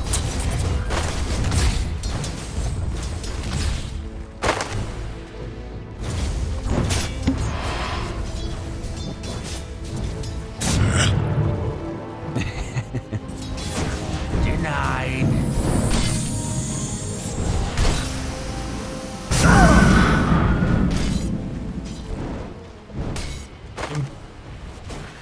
Doesn't seem to be getting punished too hard, so in that sense, I'm confident going later this game than last time. In the Ultra Late, I still favor Geek Slate a bit with the AoE Doom. I think AoE Doom causes them some pressure, but their window's a lot larger this time around than last time, where I feel like they just, at a certain point, they have 0 damage. This game, you can get Roshans with TA, you can empower double carry here. It's pretty scary. Nice skewer back. That's going to be some decent damage on Skem. I don't think... Oh, maybe they keep blocking him in. Oh, cuts through the trees. He escaped. Managed to pop a stick. That is just enough. Away to freedom he goes. Hashtag free Skem. I feel like that was an actual hashtag at one point. Courier has been killed. Players need freedom. Jhocam is getting a little bit low. This is a dicey lane, man. They've just been brawling back and forth with the Starstorm and everything. Varizh is gonna go just try and be a nuisance, I guess, on this bounty hunter. Okay, so why bounty hunter support? I mean, I feel like you talked about the Magnus and mentioned bounty hunter, but is this hero actually a good support, and why? SCA really likes this hero. So it must be scrim based thing too. Them, because we've seen a lot of these teams hero up in no other region. I think this hero can be okay if he doesn't get abused too hard on the lane. You get levels and you can. Well, Fury, he's conceptually good versus greedy lineups like Alchemist, Duke, heroes that want to get far ahead slowly. If you let them do that, they punish you. But if you scout them, steal their jungle XP, keep punishing them with this Janata hit, it's pretty annoying, right? You ruin their timings. In that sense, he's pretty good. But the hero as a support definitely does not offer a lot. You can buy some auras, but his spells are pretty whatever. That said, the Shard, brother, I've been preaching it. I've been preaching it. The Bounty Hunter Shard, that's where it's at. You start invising up your Magnus, suddenly he has both R's on Mag. What do? You can't stop his initiations anymore. Avery was trying to sell this shard to anybody who would listen at the Lima Major. Which was nope. Nobody has taken him up on it yet. But if you see a shard being picked up by any team that was at the Lima Major that speaks English, then you could probably source back that to SVG. It's good. I'm telling you, this shard is actually good. I don't know when you buy it. I don't know how you get there, but it's old Treant spell, and that spell was broken, so I know it must be good. You know, I actually played a bounty hunter game support recently. I went the shard. Felt pretty good. Agree with that? I mean, I think the best hero with it's Slark for sure. Oh yeah. Slark with that shard is crazy. It's actually a broken strat. If Zhao 8 LGD were still on top, he'd be picking that shit. That's all I'm saying. Maybe that's what everybody needs to get back out on top. Like, he shadow walk his way back to the top of the standings. And then everybody be, oh, look at LGD, super secret bounty hunter Slark strat. There'd be a Reddit thread with 1,000 comments, but because I say it and I'm just a fool. Nobody believes me. I will say the other good thing about Bounty Hunter, besides this, we've got two different memes here: the Bounty Hunter Shard and the Magnus Ags. He does have extremely high base armor. If I had to guess, he probably has the highest base armor, starting base armor in the game, which can make him really good at laning phase training hits. No, he doesn't. He's first the highest. Terrorblade. Oh yeah, Terrorblade. But yeah, he's up there. Sure, he's very tanky in the lane. Can frontline a little bit with this hero from support, but again, kind of just dies, and the levels are the big problem. He's stealing gold from Force, but of course Geek Slate are ahead on 3 lanes, and he is the one suffering the most. His lane was pretty tough. The skirmishing down here just did not work out for him. And Jhocam is stacked, because of course you have to stack for this mag tier. There's no way around it. You shoot into that mid game. But the lanes did him no favors. Kokz recovered mid. He has room control. Haste sitting in his pocket. Doom's farming top with Arcane. That Hardened Chain Lightning doing work again. They're just spamming down the tree. Brutal stuff.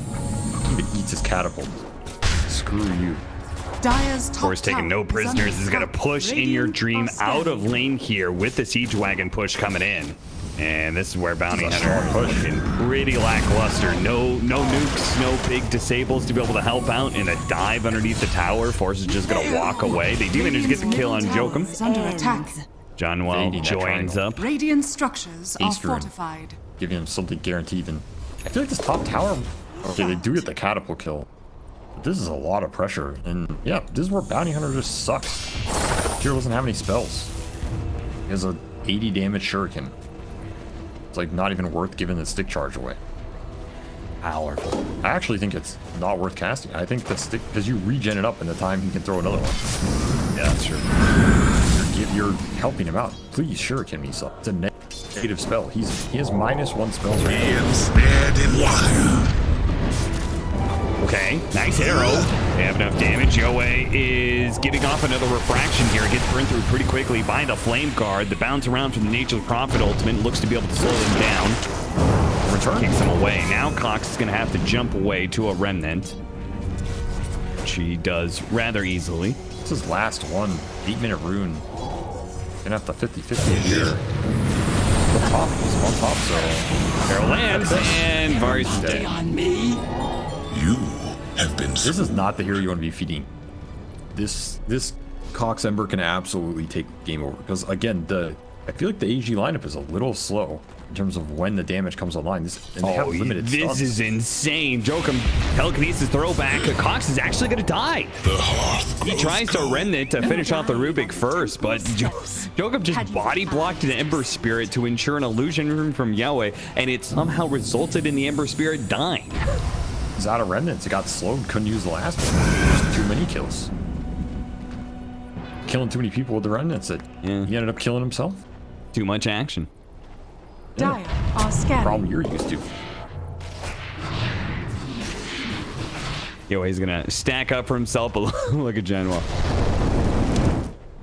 Hiding in the way in the trees, here to soak up all the experience away from the TA. This is some good soaking.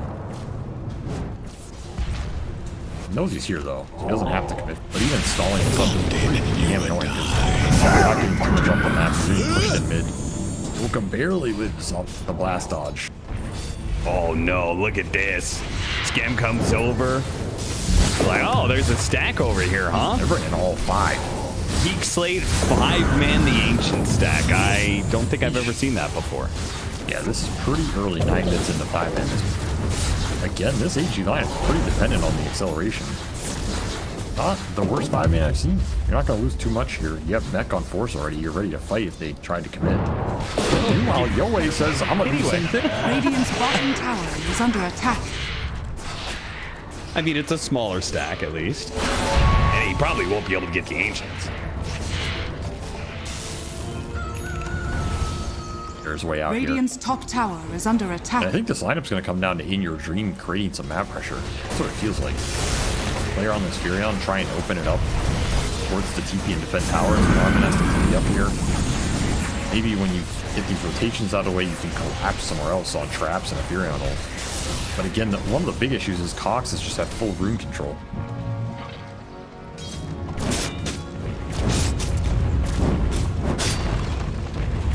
Dire's middle tower is under attack. From blaze to Dire's inferno. structures are fortified. Yeah, it's kind of an old school one, right? The flame guard. Okay, I was gonna address this, and then I saw somebody literally added me for it. I am not the observer, and I do not have force muted. So I'm with you guys. He has not been spamming any chat wheel lines. I promise you that. He's not muted. You everyone's assuming that we've muted force, but no. That's not actually the case. He just, I don't think he's found a voice school. I don't think he's found a line yet. Bro. Yeah. No, I'm telling you. I'll tell you what happened. Okay. I know that as we see him trying to doom somebody here. I don't even know what's happening up here, but I don't know if AG know either. Yeah, in your dream needs to get out of here. Ember Spirit is here, and they're going to be able to kill the bounty hunter. Hey, at least he got 6 though just before he died, so he'll fall, but at least next fight he can start getting some track hold from people. Dire's top tower. Really tier 1 here off that doom power. Just in. They're going to defend bottom here. NARMAN Radiant's bottom tower setting up. He went max chakra, so he has a lot of mana to give, and he has good targets between the Ember and Cut through the trees, spotting NARMAN immediately, trying to finish him off before the rotations come in, but Force already got off the doom onto Yowe, and they got a blast out on him as well. Templar Assassin gonna hide away into the trees and see if Force finds him. Force does not, and TA actually managed to slip away, and Force actually went over for the kill. They do manage to finish off In Your Dream, so at least he falls, but Yowe does manage to get out. Radiant's middle tower see him there. is under attack. Well, he did have that little hiding spot in the trees that he tucked away into. Structures are fortified. Damn, Yowe just outplaying him. I think you definitely get that T8 because he just man up. Now he's kind of stuck down here too. He might just be able to ride this. You have Furion up at 7 with ult as well. They do have Max, so he's a little tanky, but he's gonna be tanky enough. Kokz is gonna show up. They're gonna try and deal with the Templar Assassin here, tossed away by the Televises, but he keeps on going with that haste rune, and now the Slight is tearing through Army Geniuses. The mech kept the Doom alive for a bit, but now Kokz overextended himself and just gets slammed down by DB. Just not enough health in the tank. Maybe if he had a chakra there, he just kills them all, but the bounty hunter it's maxed. Nice arrow. Now DB is the one who would maybe overextended himself. He does have another round of shockwave. John Wells is going to get low. Not quite dead yet. Varizh helps finish him off, and that is going to be the beginning of some track kills too. Remember to keep an eye on that one because he walked away with 1,200 gold off of that team fight. Not too bad, and he maxed that Shuri. He was actually doing a decent amount there. I kind of like the max Shuri here over the max Janata. You get less gold early, but your teamfight presence is non-negative. Contributing something here. Yeah, I mean, really the whole... I feel like the Janata gold steal is just Radiant's a big... middle tower is under attack. Even if you play like core bounty hunter, you're going to steal like, you know, a couple thousand gold at most. It's really not going to be nearly as impactful as just your other spells, I think. I mean, on core bounty, I think it's better because it adds up sooner and a lot more hits in, and it's about the damage too. Not as a lot of damage on the Oh yeah, well, in core bounty hunter, I think you max your not up, but I think it's because of the damage, not because of the gold. Yeah, I agree. The gold is usually not that much, unless you get Ags. You get that Ags, so. Oh brother. Even I still think that's a bait. I still think that one's a bait too. You just don't know the ways of bounty. Just a dumb Texas player. Alright, he's gonna sneak on through. Starts hitting the back line a little bit, messing him up. Getting some track set up, and they actually try and... Okay, DB really wanted... He does not like mullets. DB is a mullet hater, Jesus. Radiant's middle says, tower keep that shit in the 70s, son. I don't want it anywhere near me. Came in with a pair of scissors, you know? Quick chop. Got some extra track gold. And they're starting to snowball. I like that they're playing around this Furion and getting aggressive because I don't think there's the best tower defense here for this Geek Slate lineup. It's kind of where Terrorblade suffers. I'm not sure if that is on cool. Model's really good, but outside of that, you don't have much, especially with bounty. You can backstab the towers. Nice catch. Force. Couriers. Dire's bottom tower That's a value is one. under attack. DB is going to keep chasing him down. He actually dooms TP's out. Now that's a bold move. It will get Force out of there, but it doesn't mean Doom is now on cooldown, and it means Army Geniuses just keep playing aggressive like they've been doing. I'd say it's still worth, but yes, it does create an opening. Kind of sucks. Meanwhile, Skem is just getting tracked up, so he can't TP to any sort of fight here. He's just going to stay on him forever. Yeah, if AG want to force something, they have an opening. Jhocam is open as well. Kokz is going to go slight chains into an arrow. This is a combo that is very scary in these random skirmishes. I mean, it's just like a guaranteed support kill, probably a pretty good core pick off too. Yes, and this is the 3-man kill squad that Geek Slate wants to run around the map right now. Airblade, so cannot believe too much. Because again, you're fighting for Roshan here. You want to get this Roshan on TA before Terrorblade is confident enough to do it. Battling through rune control, another DB for Kokz. Geek Slate want to take a fight around this double damage Chakram to Ember. It's right now. I don't know if AG know he has it either. You finished Gleipnir on In Your Dream. Might be eyeing up a fight of their own.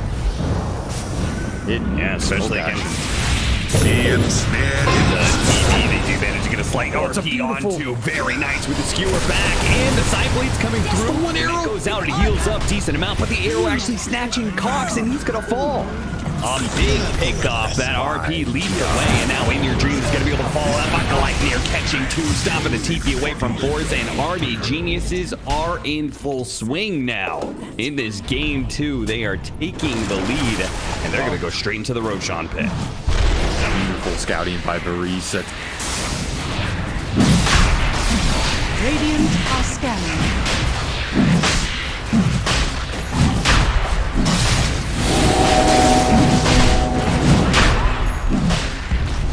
Radiant's middle tower. Oh, and they're gonna keep going strong. Dire's top They stop tower. the nice use of the Manta to lock it out, but it doesn't matter. There's just no Sunder there, and caught inside the Sprout. Now they manage to get a skewer back. Geek Slate is bleeding out now. They go one by one trying to defend this Roshan, but it's too late. Army Geniuses owns this part of the map, and you cannot get close to it. Also charges at him as well on top of the track.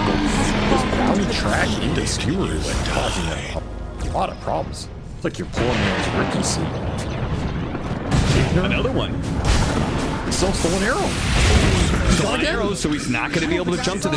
They've just gotten like 10 kills in a row. Yeah, quite literally, I think. Jeez. They really turned it up out of nowhere. I mean, this is like this Gleipnir Detzel timing, but they really maximized it. They're still with it. No way. All right. Is he alive? Getting force tapped all over the place, but he is eventually going to fall. They're going to fight. An arrow. And once again, the TB just cannot man fight up against In Your Dream. This magic damage is too much from the Gleipnir, and it zaps him down. Oh. In like such a brief period.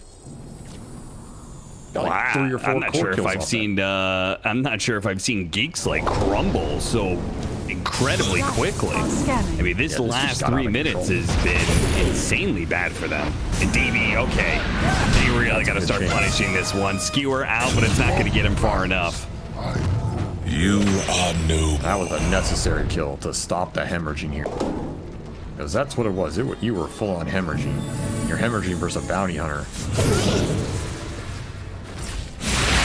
Yeah, that's actually a good point. Feeding away unnecessary kills like that is the last thing you want to do against a support bounty hunter. Yeah, because he can't do anything else. Yeah. He's not gonna hit creeps. He just wants to hit you, get you sucked into these bad fights with numbers. They can have a vision off the TA traps and track. Pretty nasty combo the second you start bleeding off 1 kill. You just lose map, so you really have to have your numbers up and you have to not feed away bad death. Illusion. Slate are still in this game. It's not as if AG ended, but they got a lot of momentum off that. Telekinesis once again off the Gleipnir. Oh, almost host stop. Yeah, that would have been a cute play. You're lucky this man still doesn't have arrow. He almost has an Aether Lens too. Meanwhile, we haven't seen Yowe in a while. He's just been calmly pushing out this bottom lane and will finish up this tier 2 now with the help of In Your Dream. So they're going to get outposts, which means a pretty hefty amount of map control. Once again, Varizh is just scouting out skem, so they know the enemy carry can't join in defending this tower. Bottom tower has fallen. It's a pretty nice pickup here when you have the map control heroes. If you're in a TA, you get outpost control on top, and you can just squeeze them into this triangle. Not anywhere else to go at this point. Meanwhile, Varizh has warded this top lane. He's just sitting up here scouting them. This is easy setup territory. Right, maybe they can finally finish up this bounty hunter who's been hanging around this top lane perhaps for a bit too long. Maybe it's just, I mean, that was a little too bold, you know. Yeah. Got a shadow walk there, my friend. Radiant's bottom tower is under attack. He's just chilling. Sitting in full visibility. I mean, they bought a Not gem. even in the trees. Radiant's middle That's how much tower this bounty is is under annoyed attack. him. That they, I mean, and traps too. Early gem on John Well. To clear out the gunk. They need to clear it out. Too hard to play the map right now. Yeah, because if this continues, right, then you get second Roshan for Army Geniuses, which means a free shard for TA. Those traps become all the more debilitating, especially for like Mirana and TD and Ember. Nice smoke break, but you were just RP. AG who breaks force. Not get the blink out on that smoke break. So a little slow, honestly. It's going to cost them because, again, now your map just collapses. Kokz gets forced off bottom. Skem is going to be scared to push in super deep top. And that probably another tier 2 with this Aegis. They got a lot of value out of this Aegis. Yeah, they did. I mean, the gold lead's not growing, but you're growing the map control. Ports are well online compared to Geek Slates. That's the downside here. This Mirana Coddle, Prize is mine. they're going to be food. Radiant's Been middle stunted. tower is under attack. Speaking of Radiant control, structures are fortified. you now have the Aghanim Scepter done on the Nature's Prophet, so you've got more magic damage, more map control, and even more straight-up crowd control up against the Ember Spirits, and that'll tide you over until you get that level 20 talent, which everybody loves to hate on Nature's. He's climbing there a lot faster than Ember. Kokz doesn't even have beat. He's a Wells with he's well. It's the slight does manage to find Jhocam, and the Rubik's. Rid of the annoying arrow hoof stomp that has been debilitating them in fights. And now, more importantly, they get to clear out some of the traps and wards here with the gem. It's really big. Anytime you can clear these areas, it's going to take a lot of time to get that control back for AG. Radiant's Once top again, tower this gold under is attack. not growing. You're not building an economic advantage here. You're just building map control that you can turn it into Roshan's later. Dire's middle tower Use the map is under control. attack. Radiant's AG top lineup tower has to is play a under lot more attack. scared.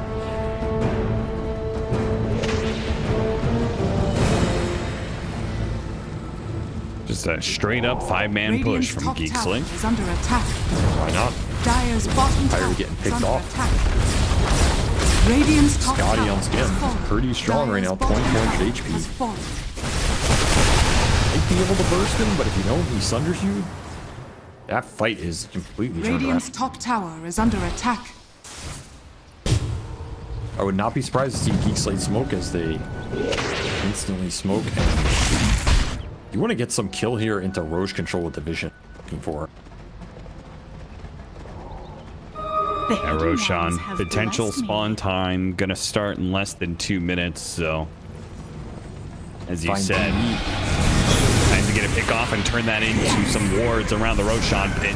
Stomp into arrow, very nice. Not having to use Doom for that initiation, that pick off, that is quite nice. So they still have it. They still are gonna feel very, very strong. You can see DB just bowl straight up into the enemy jungle. How you get to deward the pit, you get to get rid of these traps. They do miss that ob a little sad. But yeah, like you said, Doom staying up, super big here. This is going to allow you to push towards those BKB. Contest the second Roshan. The second Roshan is coming. And AG are still ahead of you in terms of raw net worth. They're going to have BKBs for this fight as well. BKB Dire's completed top on tower Yowe, is and the under other one attack. coming out from your team if he wants it. Don't have any BKB pierce on How Geek is Slate. this ward still alive? I don't know. You got to clear this. It's doing way too much work. Okay, they spotted it now, but perhaps it's a little bit too late. As Kokz is going to get picked up. No, he gets off the BKB, gets rid of that root from the Nature's Prophet, and just starts running on out of here. He's out of remnants. Yowe doesn't have blink up for a bit, so won't be able to chase after him. Don't want to That give was up a control very here, dangerous though. moment. Is under attack. You can't just give up the whole Roche pit, so you're going to have to hold your ground somewhere here if you're Geek Slate. You're going to have to do it without Ember of EKB. It's tough. Nice find for AG, and we can see the power of that root. Going to force the early BKBs out of Geek Slate, which makes the fight way easier for DB. Then he doesn't have to just start with an RP or something. Of course, if he finds a good target with RP, he could probably take it.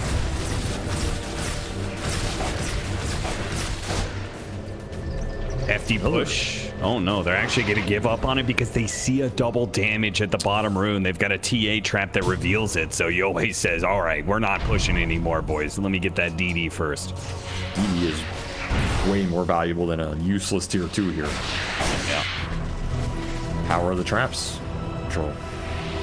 So now you've got double damage, and he actually bought a shard for himself, despite the fact that Roshan is coming up. And I kind of like that, just because this fight for second Roshan is probably the most important thing of all. So if, you know, a shard pickup on the TA will help you win this Roshan, it's well worth it.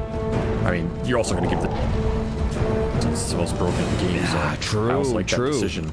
Geek Slate, they're just going to smoke into this DD. They don't know what's there. All about the jump. Oh, and Fork tries to get the initiation. Now the double damage starts going off. Yowe actually blinking over to side to make sure he's not initiated on. Very cool move by him. Blackmere going to catch the Ember Spirits. Holds on to his BKB for the time being. It's not a fight. Oh, those TA traps, those silences, those are deadly. RP. Oh, we caught a dodge. He baited out. Very sick by DB. Faked out an RP, got him to use the sleight of fist and then re-engaged with it. Dude, this guy's an absolute monster. Yeah. I've actually been so impressed by him. Ability is super good. His laning's pretty solid. He knows how to play the heroes he wants to play at a very high level. Itemized as well. He is definitely going to stand up for his team, and it shows. When you have a good all-player who's doing stuff like this, your team always has a chance. It doesn't matter who you play. It just dictates the entire game flow. You're like, yo, bro, take the shard. You earned it, bro. Yeah, they're gonna give it to him. So now he's got the Horde Toss. Thought maybe they would give it to Rubik, or of course the Bounty Hunter. The bounty, you know, the bounty one, it's coming. After, looks like he's gonna go Medallion next. Bought a gem. Invisibility. Yeah, it's flying out. Gem of their own. This means now he can just run in Shadow Walk and track you off the Murano. Very obnoxious here. They're even giving gem to Kokz so he can try and find his bounty. Never refuse gold given. Skem sitting on the high ground has completed a Crystallis and is looking at a Butterfly next. This is the middle window. tower is under Maybe attack. try and close this game for AG. At least get a lane of racks or something forced to fight, because you don't want to let this Terrorblade get to the Butterfly, and you don't want to let this dude get the Axe. He is one component away. A lot of gold sitting on the sidelines here for Geek Slate. I would just push the tempo here, your AG. Force the high ground with the Aegis. There's no displacement spell. There's no real way to poke this TA down. You just have to take the fight. The siege begins. Great siege. You're up on the side. Dodged. You have to be careful of the flanks here, Ronald, and that's what Varizh is scouting right now. Yep. But again, outside of that, position. how do you just start on this TA? It's not very clear. It's Chain's Arrow, but even then, he's got BKB and Aegis. They're actually gonna back off. I never like. Sometimes I feel like when you do that, right? Oh, we force the enemy team back. If they are too scared to start the fight, I feel like you just keep going. Like if they're uncomfortable starting the fight, then why not, you know, force them to force it?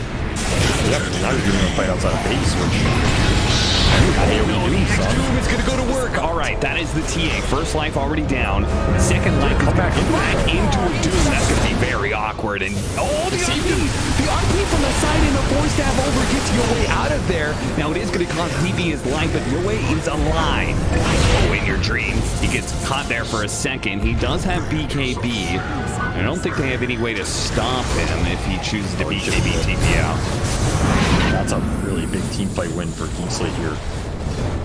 Just a little sloppy by AG. You need in that type of fight where you know what's the play when they're all stuck at base. They have to smoke out. There's no real other move here. Yeah. And you lost Gem during that as well. Yeah, but... No, like he has to be right on the edge of it because RP does not stretch out very far.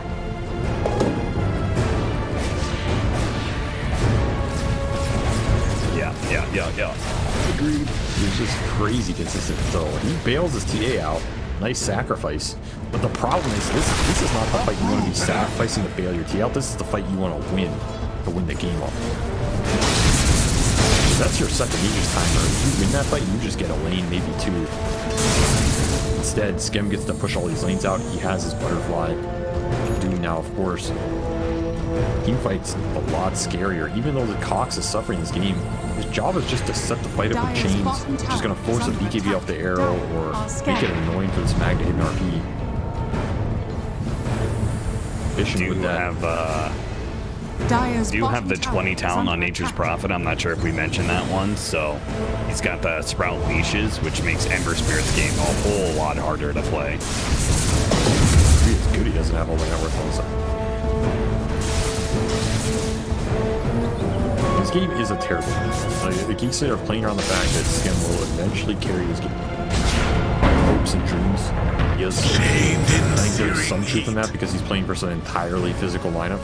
So at some point the butterfly evasion plus the super high armor kicks in. You can kind of get behind that idea.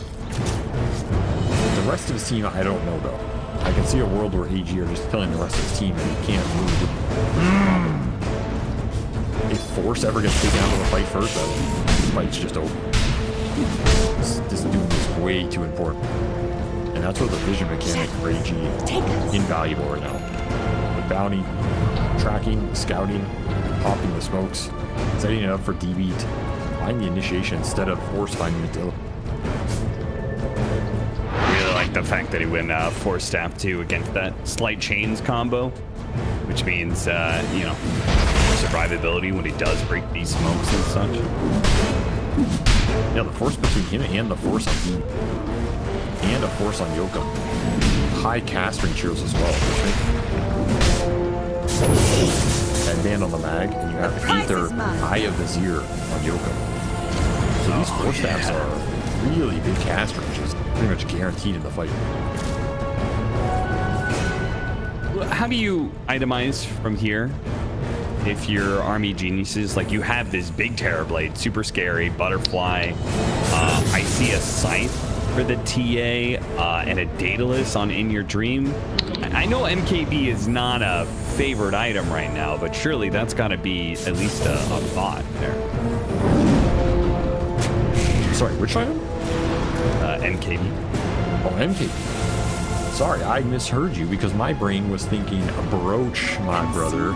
Oh, okay. I almost brought up Roach too, but I literally thought to myself, Avery's just gonna think you're stupid if you say Broach. It is stupid. MKB is definitely the item you got. I think this is a sick Broach game. He is gonna go that MKB. I don't blame him. When you're versus Butterfly, MKB is just insanely valuable.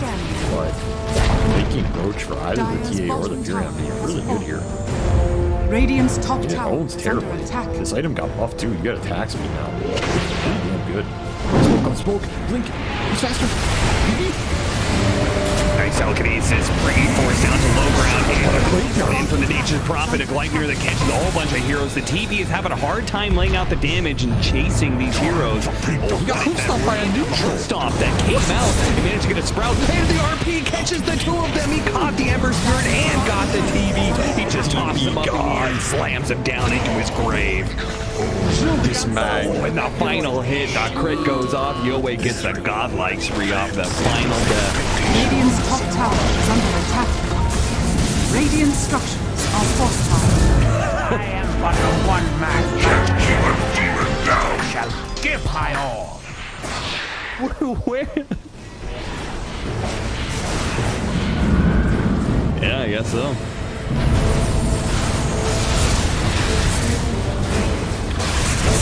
He got the blink out off the smoke too. Imagine he gets stunned there. It's a very different fight as well. So many small outplays from this Magnus. It shows in these fights. Well, what a Gleipnir from here, Drew. You got 4 off that. Brutal. I don't think I've ever seen a 4-hand Gleipnir. Radiant's middle tower is Tier 3's falling all over the place, but Varizh is still up as AG They're going to back up because potential Roshan is now. They have a really huge lead at this point in time. The last thing you want to do is throw that away and let Geek Slate get the Roshan for themselves instead. Cannot give this third Roshan. So much net worth on this AG side. I feel like their saves are easier to use than the Slate's. Skem gets stunned. There's a single... Maybe there's a force staff that comes out between the supports, but that's kind of it. And you have to space so you're not bumping that RP as well. Whereas the saves for AG are just way easier. Mega cast ranges. There's not clear stun on the side. Oh no, they caught the inverse! Gone. Once again, telekinesis, DB, horn toss, skewer at the same time. Kokz has just been brutal. I got the 4-man smoke. No buy on this Ember, so a true 4v5 in a dire outpost. Tyrion has buyback 700 gold. So maybe the numbers aren't there. Dire's middle tower is under This is a attack. tough fight. You're gonna need a crazy good dude. Kokz is dead, but he's still trying to provide all support he can. He was on a little chat wheel line. See if the arrow finds an opening here. It hits the Roshan, making things harder for Geek Slate to jump in. Radiant's bottom It's tower just is gone. under attack. All on the deck too. Somebody pick it up. Nobody has slots. Nobody wants it. Pressure in cheese. Definitely giving her pressure to DB. 100%. Oh, look at that. Look what he's got queued up, boy. Aghanim Scepter done on the Magnus. Holy crap, he's gonna shockwave him. Oh, yeah. The seeds of fortune. The poor man's approach. So it reduces, so if anybody doesn't know what Shockwave, Aghanim Shockwave does, it reduces the armor by 75%. It basically does like a little Elder Titan explosion. In fact, I'm pretty sure they reused the assets of the ET Ultimate. Okay, well, let's not throw Valen on the bus here. And we're going to see it in action here. It's also nice to have a team fight. He gets a bunch of extra mana to use this for Pressure Shard. Makes it like, Oh, yeah. Look at Radiant's the Rubik just jumping around with the Stolen Remnants. Used it last fight, too. Oh, there it is. Skewer back later. They have the AU. Somehow get the force tap over the Skem, but Skem still dying. Got slapped down by Yowe pretty easily, and that is just it. GG, and we are going to a game 3. Army Geniuses, man. Even up against, like, they may have lost that last series that we watched them on Wednesday, but you know, they still put up, I would say, a pretty good fight. And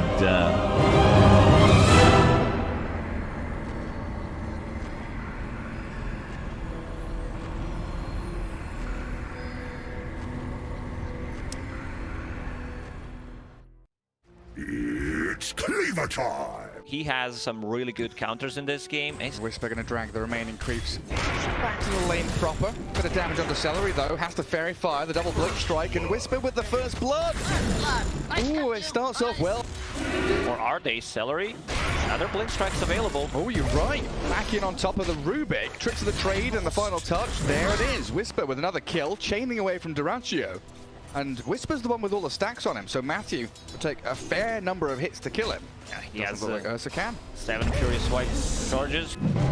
Guard Quinn down in the bottom rune spot. 3 seconds to go, and C-Smile deciding he wants to fight around this, forcing Tofu away. The Fortune's End is there, and in we go. They took the rune away from Quinn, but in terms of first Exo, there's not going to be any damage dealt to a tower. Whisper stuck behind this tier 1 top. Might be in a bit of trouble now. Yeah, getting ripped to shreds by the Necessary to get Lasso going. If he's going to be farming the jungle, we'll put the next point in Firefly. attempting on Panda. Good damage from the Ench, and Tofu's Tiny secures the kill. Pakaz still level 5, trying to get the bashes onto Ace. See Smile rotate. They'll look for this Enchantress kill in the tree. Yeah, Matthew lassoed up. Batrider the Chrono in the Firefly still, focusing the Tiny. And Quinn, full HP with Duracio's help, will get on top of Pakaz with some Fury swipes in the overpower, but see Smile tracking back to bully this Ursa. He doesn't have much left in the tank. Fortune Zen flies out to try and... Batrider is countered. He was supposed to be Chrono. Yeah, straight on the edge. Pakaz needs a backup from DP and Timbersaw, but it's still a difficult target to bring down. The Avalanche looks good, but Ace still going to fall. Now Pakaz moves on the Tiny. Tofu in trouble.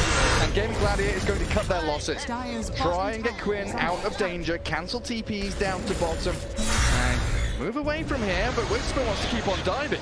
You'll scepter up, see Smile catches. Whisper held down by the Death Prophet, and they'll dive behind this tier 2 tower. Smoke breaks, Panda knows. Spot the Tiny in the trees. Plant him up. Catch him out. EG bring Mage Slayer is next from Ace. He's dived under his tier 1. Matthew spotted him. Timbersaw on top of the Ench, but the Nature's Attendant, tons of heal, and there's the Sproink, the Rainbow Impetus shot, launching out onto Matthew, nearly killing Ricky, but he gets off the tricks of the trade. While C Smile in behind this tier 1. Diving Ace, the Chrono comes, Tofu and Ace both caught inside, and Whisper with a Chakra will finish it off yet another kill. Tofu down, and C Smile is unstoppable. No Exo. Smoke, no Chrono, no Exo. We're going to play forward, sleep up the Batrider, but Matthew's the one to get blown up by Duraccio. Does have to use the Enrage to get behind his tower. Quinn wants back in though. C-Smile saved. That's big. The false promise. Affixus Void to get caught off through the control. Matthew going to start things off with a sleeping dart though. Straight onto Quinn and forcing his BKB early on. Half health for Batrider while C-Smile. Avalanche for now, holding his BKB in the Yules, now has to use it, but the Ursa's damage substantial against the DP, and EG are the ones who have to run. Pretty nice against all these spellcasters. Trying to catch out Whisper top lane.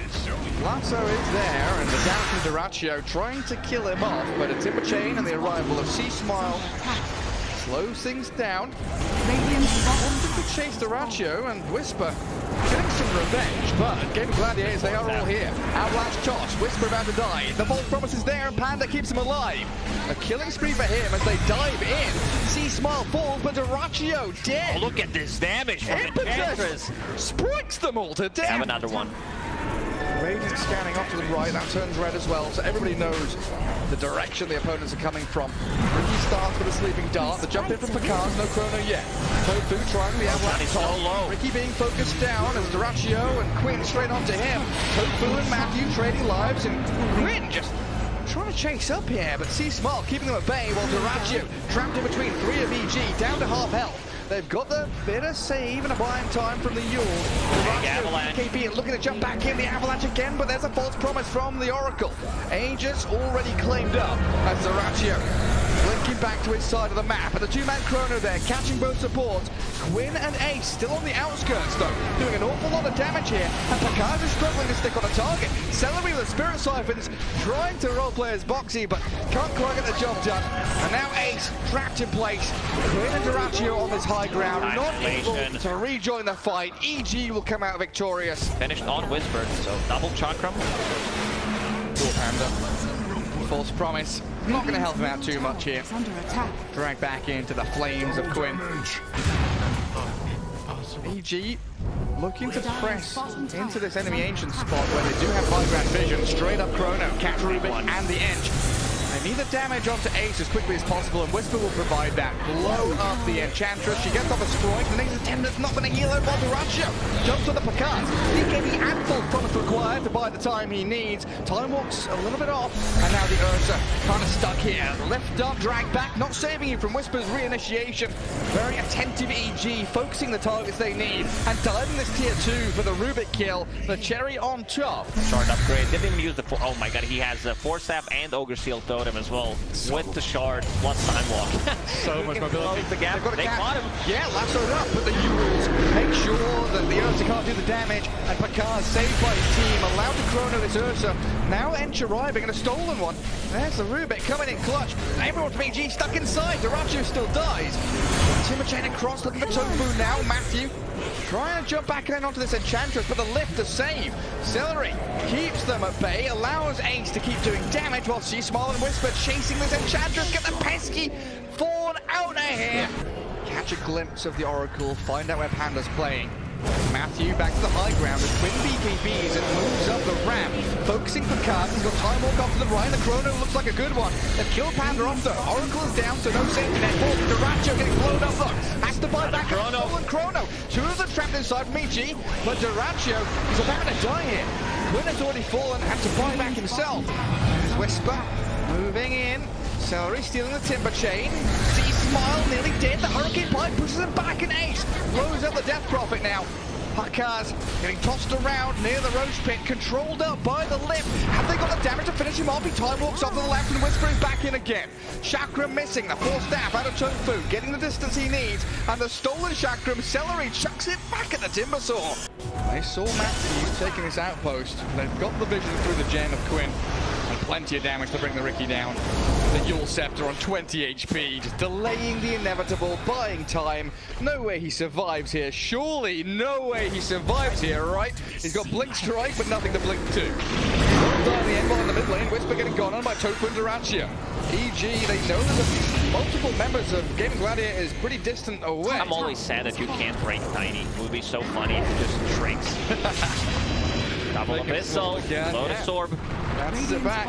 Tofu's in though with the Avalanche toss. EG's alone here. Is bringing 4 members to kill off Whisper. Smile gonna go for the BKB TP. Duracho trying to close the gap to Tofu and Ace here. Thinking about it. Goes straight for the Chrono. Exo as well.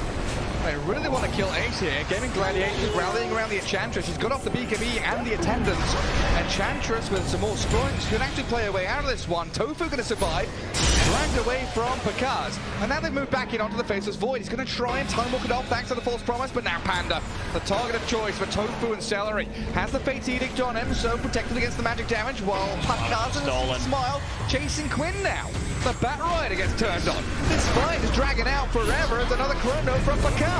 Straight onto the Tiny and Ursa. Edge slept up, so the damage is lacking, and EG, they've done it now. Holding their high ground, coming out to play into the southern jungle and finding the Enchantress. A Yowe from Matthew finds a bonus target. Celery's Rubik trying to flicker away, but doesn't get any distance. So Whisper. The additional bonus from the Halberd on ranged heroes. Enchantress getting very close to her level 25. Blink initiation. Ursa gets lifted and forced out away. Ace gets the attendants out, points back, but Kokz just keeps on chasing. Chrono's up the Enchantress now. Looking to blow up Ace. There is buyback available, and of course, Ace in the hands of the Ursa still. DP caught inside that Chrono along with Whisper, unable to keep giving chase. Trying to blink and timber chain across. Might be able to get a catch with the side device. What is that? Is that flamethrower stolen by Rubik? Gets up to the high ground, away we head. Lots of expenditure here from EG. Chrono, Exo, still wanting to find more with a Blink Lasso. Bat Rider. That's another one.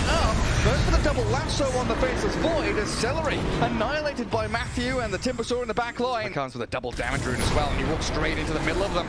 Lincoln's popped. He does get Scythe. Ursa on him. The backup there from the Oracle. False Promise and a big Chrono. Bat Rider caught up in it. Quinn being battered into the ground. Dead for 2 minutes. Ace might be found as well, but they're going to go for the back line. Rubik being destroyed by Kokz Faceless Void. Time walks back in, looks for Ace, reverses it, rewinds, backs away. As Tofu splits the fight, multiple directions. Kokz and Whisper find Duracho under the smoke screen, can't do anything, caught up and killed. They're constantly disarmed both of the cores of Gaming Gladiators. They cannot deal damage. Duracho finally gets to open up onto a target and he slept. He's hexed. Control for days on end. There's no end in sight, just being blown up and controlled everywhere. Duracho gets tossed across to the Oracle, but Panda, even as a disarm his own, gets the base unit out and the damage is down. Whisper with a double kill. Well, Ace by Bat Rider. This can't be correct. Like that's one stick in a palm and then maybe like some Firefly damage, and EG's wanna close this one out. There are no buybacks available. This is game, Gary. Yeah, looks like it. They'll try and glyph. Maybe Ace can sproik his way to a base defense, but it looks like EG have got this one in the bag now. Dire team ban.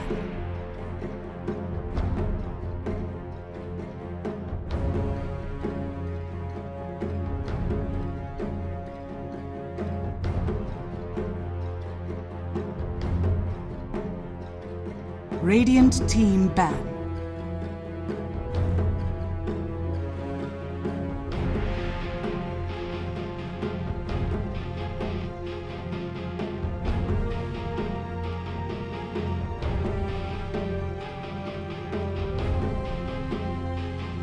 Seconds remaining. 5 seconds remaining. Dire team ban. Radiant team pick. Dire team pick.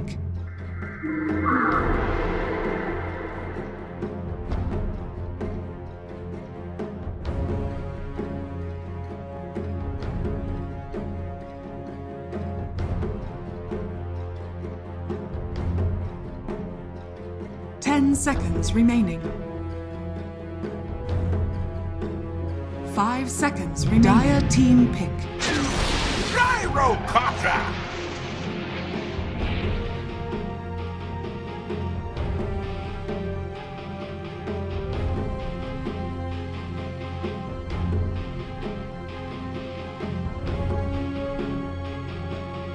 Seconds remaining. 5 seconds remaining.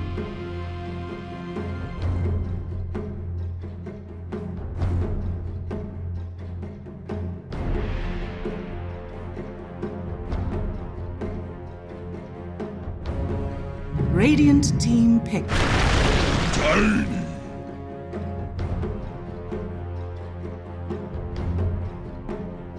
Radiant team ban. The sack. Dire team ban.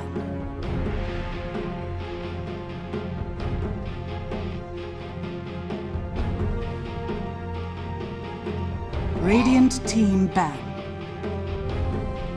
Dire team ban.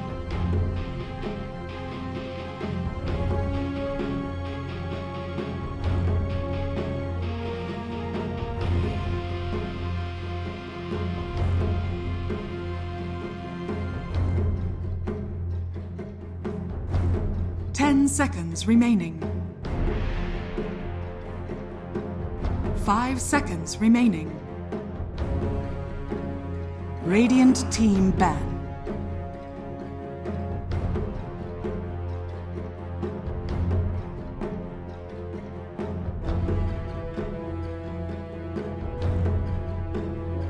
Dire team ban.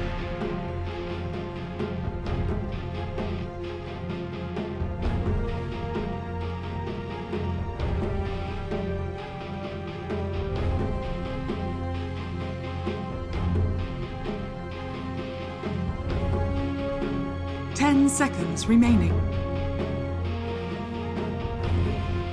5 seconds remaining.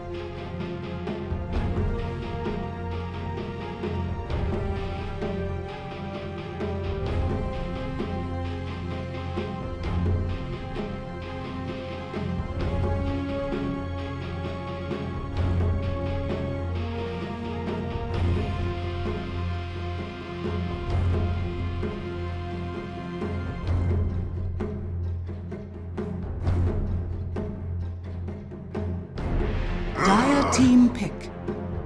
Radiant team pick. Keeper of the light.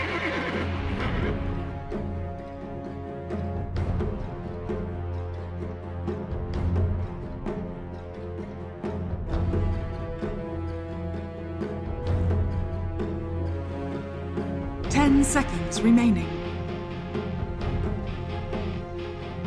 5 seconds remaining.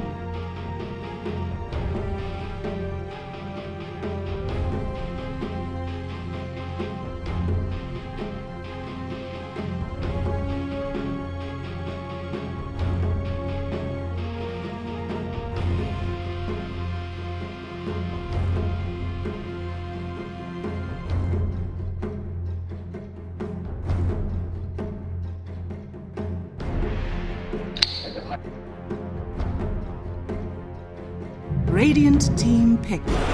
Dragon Knight.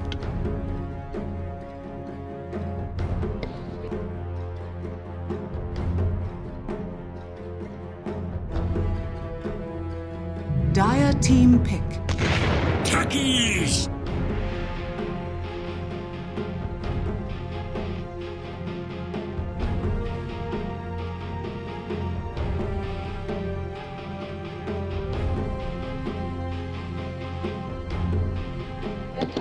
Seconds remaining.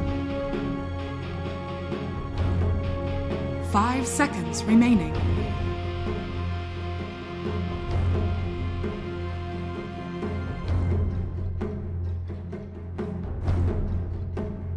Yeah, this works. Try to make it work.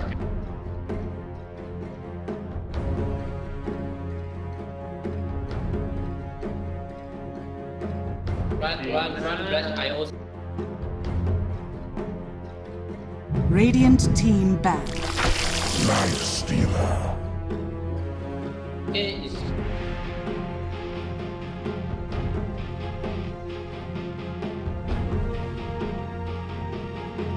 Wait, I'll try. 10 seconds remaining. Dire team back. Let's go back.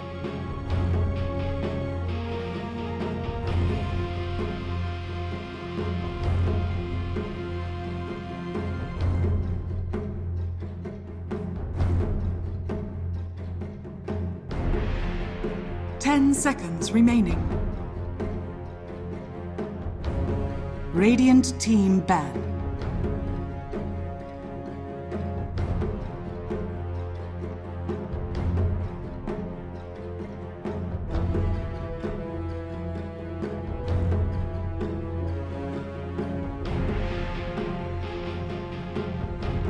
Seconds remaining. 5 seconds remaining.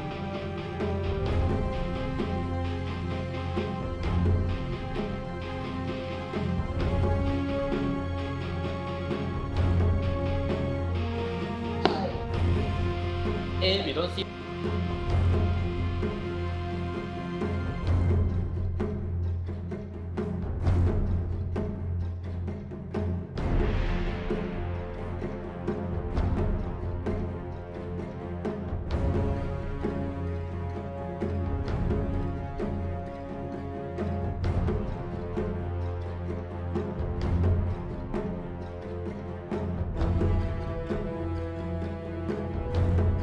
Dire team ban.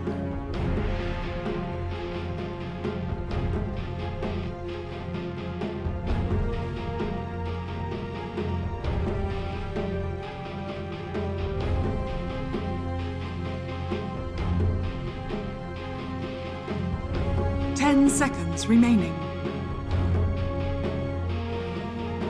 5 seconds remaining.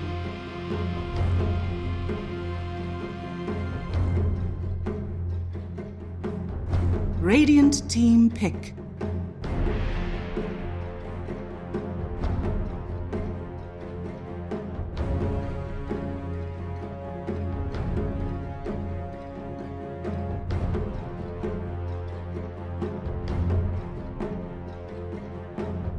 Seconds remaining. 5 seconds remaining.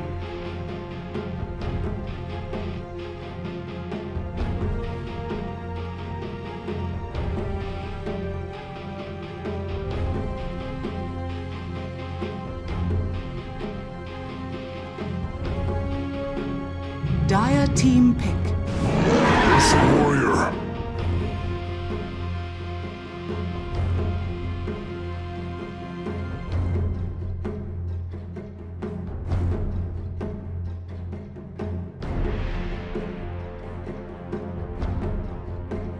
Seconds remaining.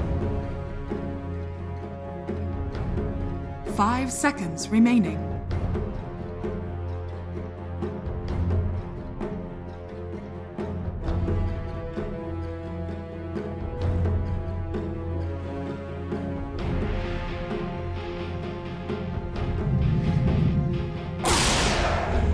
You may Now select your heroes.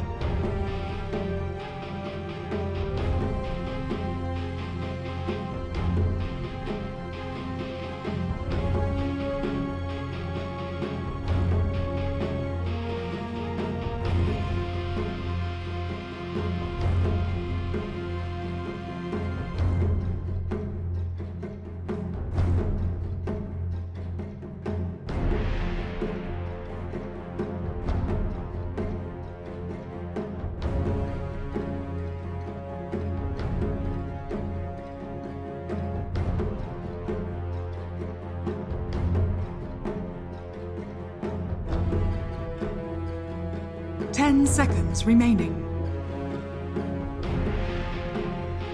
5 seconds remaining.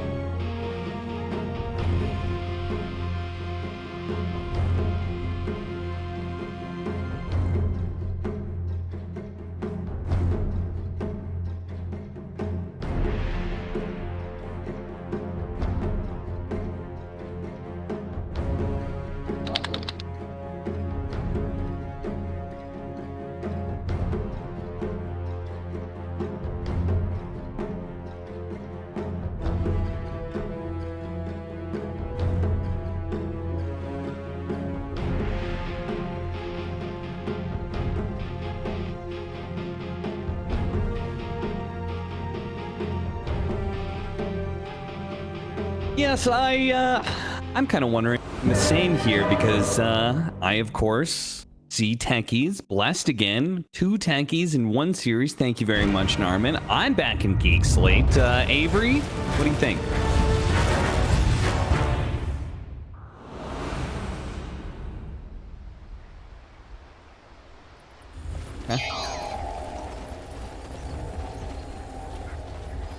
Prepare for battle.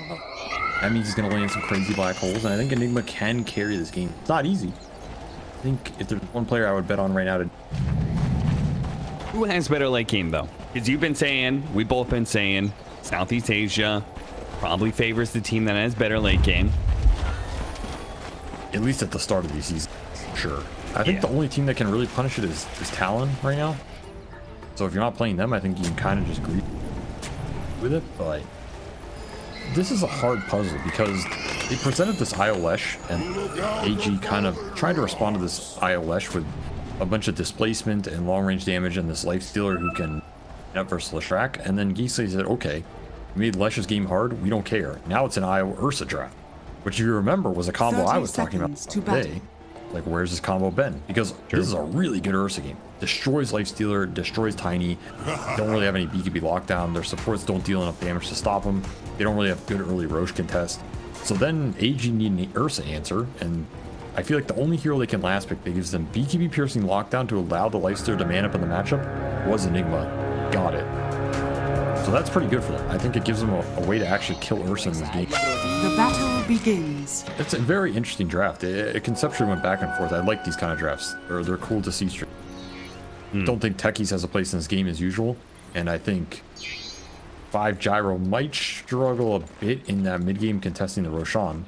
But if DB gets really far into this Enigma and you can just all in kill Ursa, you have a decent chance to win those. Of course, there's things like IO save that can come out, things like a random Techie stun that might miraculously land. Speaking of the IO, we have the Altar Ball cosmetics, so it'll be interesting to see. I haven't actually seen this one in action at all, so every single one of his abilities looks different, so that's cool. This is a cool cosmetic. I've tried my fair share at acquiring it. Denied! Absolutely no success.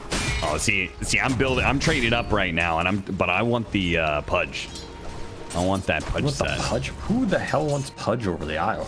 You're discreet. Who plays IO? I'm emailing Owen. Besides professional players. is like the coolest set in such a long time. For a hero that has no business having such a cool set. No, that companion cube is just better, so. We're done. We're done with this discussion. Back to me dunking on techies and you. Okay, I will say I'm not a big fan of Lifestealer. I'm not sure when I see a Lifestealer picked and I'm like, yes, I feel good about this pick. So I'm not sure. Varizh is going to take a lot of damage here. Not quite enough to die, especially with the Fairy Fire. But the fact that it's a Lifestealer and now it's a Lifestealer versus an Ursa matchup, that makes me feel even worse about the Lifestealer pick. Yeah, In Your Dream is going to have a rough. His primary job is to just try and kill the Shrek in the fights. Line and survive a bit. Because I feel like this hero thrives when as a mid carry. You can play the Infest around. And Coddle is not even close. Infest saving a Coddle. And his other core is Enigma, who also kind of just plays his own. So I do feel like this Lifestealer has been left on an island. Impact is a big question mark. And jumped on. Yeah, doing a lot of damage. And that'll be enough to force In Your Dream away from the creep wave and go back to Varizh. Help me. Give me some tangos. Varizh did have an easy camp pull to get open, though, so that part's nice. This is big for Gyro, because this hero gets pretty far behind on levels. Some early skirmish to get to level 16. It's kind of rough. You get extra pulls off and soak XP. It's pretty nice on this hero. It's kind of like a Warlock. You don't really have another play on the map. Probably going to be a pretty greedy B phase from people. Like, they kind of want to just farm up on the Coddle, farm up on the Enigma. There's not a lot of early moves to make. Their cores are not playmakers. All three of their cores, in fact, are kind of just AFK static lane farmers. You know? So you maybe group up with Coddle and Enigma to force objectives, but that's about it. Whereas Geek Slate have some playmaking between. First, they're just running to people, cake and set up the spells, drive through the objective, track and combo.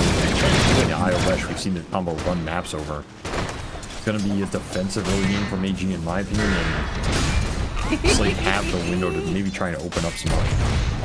Get the IO ball rolling.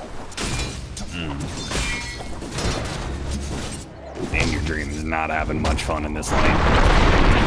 It's Dragonite Techie's lane continues to do pretty well, but then again, at the same time, bottom lane is going, seems to be going pretty well for Army Geniuses. 15 and 6 for DB, and every single time I look over, Skem is being gone on, and he's having to run away from fights. So both the off lanes basically walking away with the win. So where does our mid lane end up? That's going to be what's breaking the tie here. 24 and 6 for Kokz. Man, he has a ton of deny.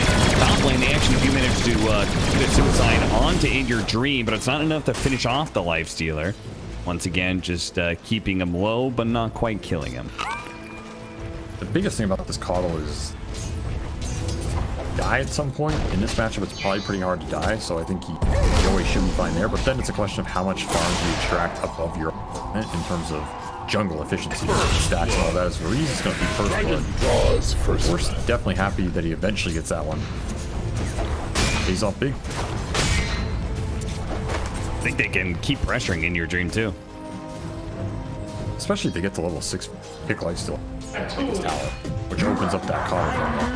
As Yowe had some of his camps blocked early by that Geek Slate jungle invasion. He's had to de-ward his own big camp. Doesn't have any real stacks. He's going to get a single one here. It's been a little bit of a slower team. Rushing that bots. Might be some play action if he gets really fast bots and TPing bottom. Because like you said, Skem is Ursa, I think. Yeah, this is one of those pain lanes, except for the only saving grace, the fact that he's got IO. So just the constant heals are keeping him in somewhat fighting shape, and kind of even with the Lifestealer. 20 and 3 compared to 23 and 2 on the Lifestealer, so. Yeah, Skem's not too sad. He doesn't feel great, but his game is fine, and ultimately his job is to force the early Roche. Probably put this Aegis on the Wesh, and he carries the early mid. Dire's structures are We're still playing Iola Shrek here, so it's all about him for the test the rune, but this is a lot of damage. So Kokz pushed back beautifully by Yowe. That was a perfect blinding light right there. That's just a greedy rune contest. Right Good rotation from trying to get aggressive bottom as well. Almost finishing off John well, but DB is going to maybe die first as the body blocks are pretty good from Jhocam, but eventually the Enigma does die to John well, and he will be able to... Oh, God, it's close. The Convolutions, they're not attacking. Oh, they might have been able to finish him off. He actually goes back to try and help out Skem. Will die in the process of the avalanche that I don't think was even aimed at him. Silence up there in the top lane. Misses the bomb. Daze boots on Lifestealer makes it pretty hard to land that now. Pretty good swing of events here bottom for Skem, but that mid lane kill is huge. Anytime you can slow down the track, you're going to be really happy about it. Because at some point this Leshrac push is coming soon. Unless your Coddle's super strong. Here's that early bots rotation bottom from Yowe. As we try and help him out, Skem looks like just that little bit of an Earth Shock hop got him far enough away.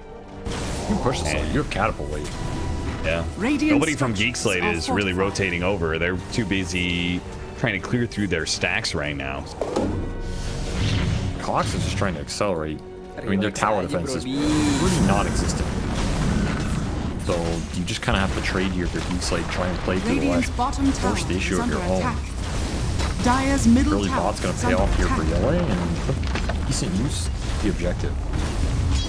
It's a big difference between this Ursa and Lifestealer, right? Like Lifestealer, you know, hate him as much as you want, but he is a lane winner, and he's one of those heroes that can just kind of like camp out in a successful lane and be very hard to pressure. So yeah, he's pretty annoying up here, and maybe Geek Slate feel like they can't kick him out. Still DK ult, which Force is still a level off. Pretty slow up here. He's a full level behind him. Varizh gets sandwiched in the river. Back over to Skem though. Skem, he's just gonna fight it back against Jhocam. See if he can get the kill before he dies. Did he get the final swipe in? He should die to Yowe though, and yeah, sure enough, gets blasted down pretty easily. Well, at least Skem got something out of that, but he is definitely having the roughest game of everybody. Not a lot of places to go right now. He is just going Midas, and I agree with this. Not a utility thing. Do not pick this hero.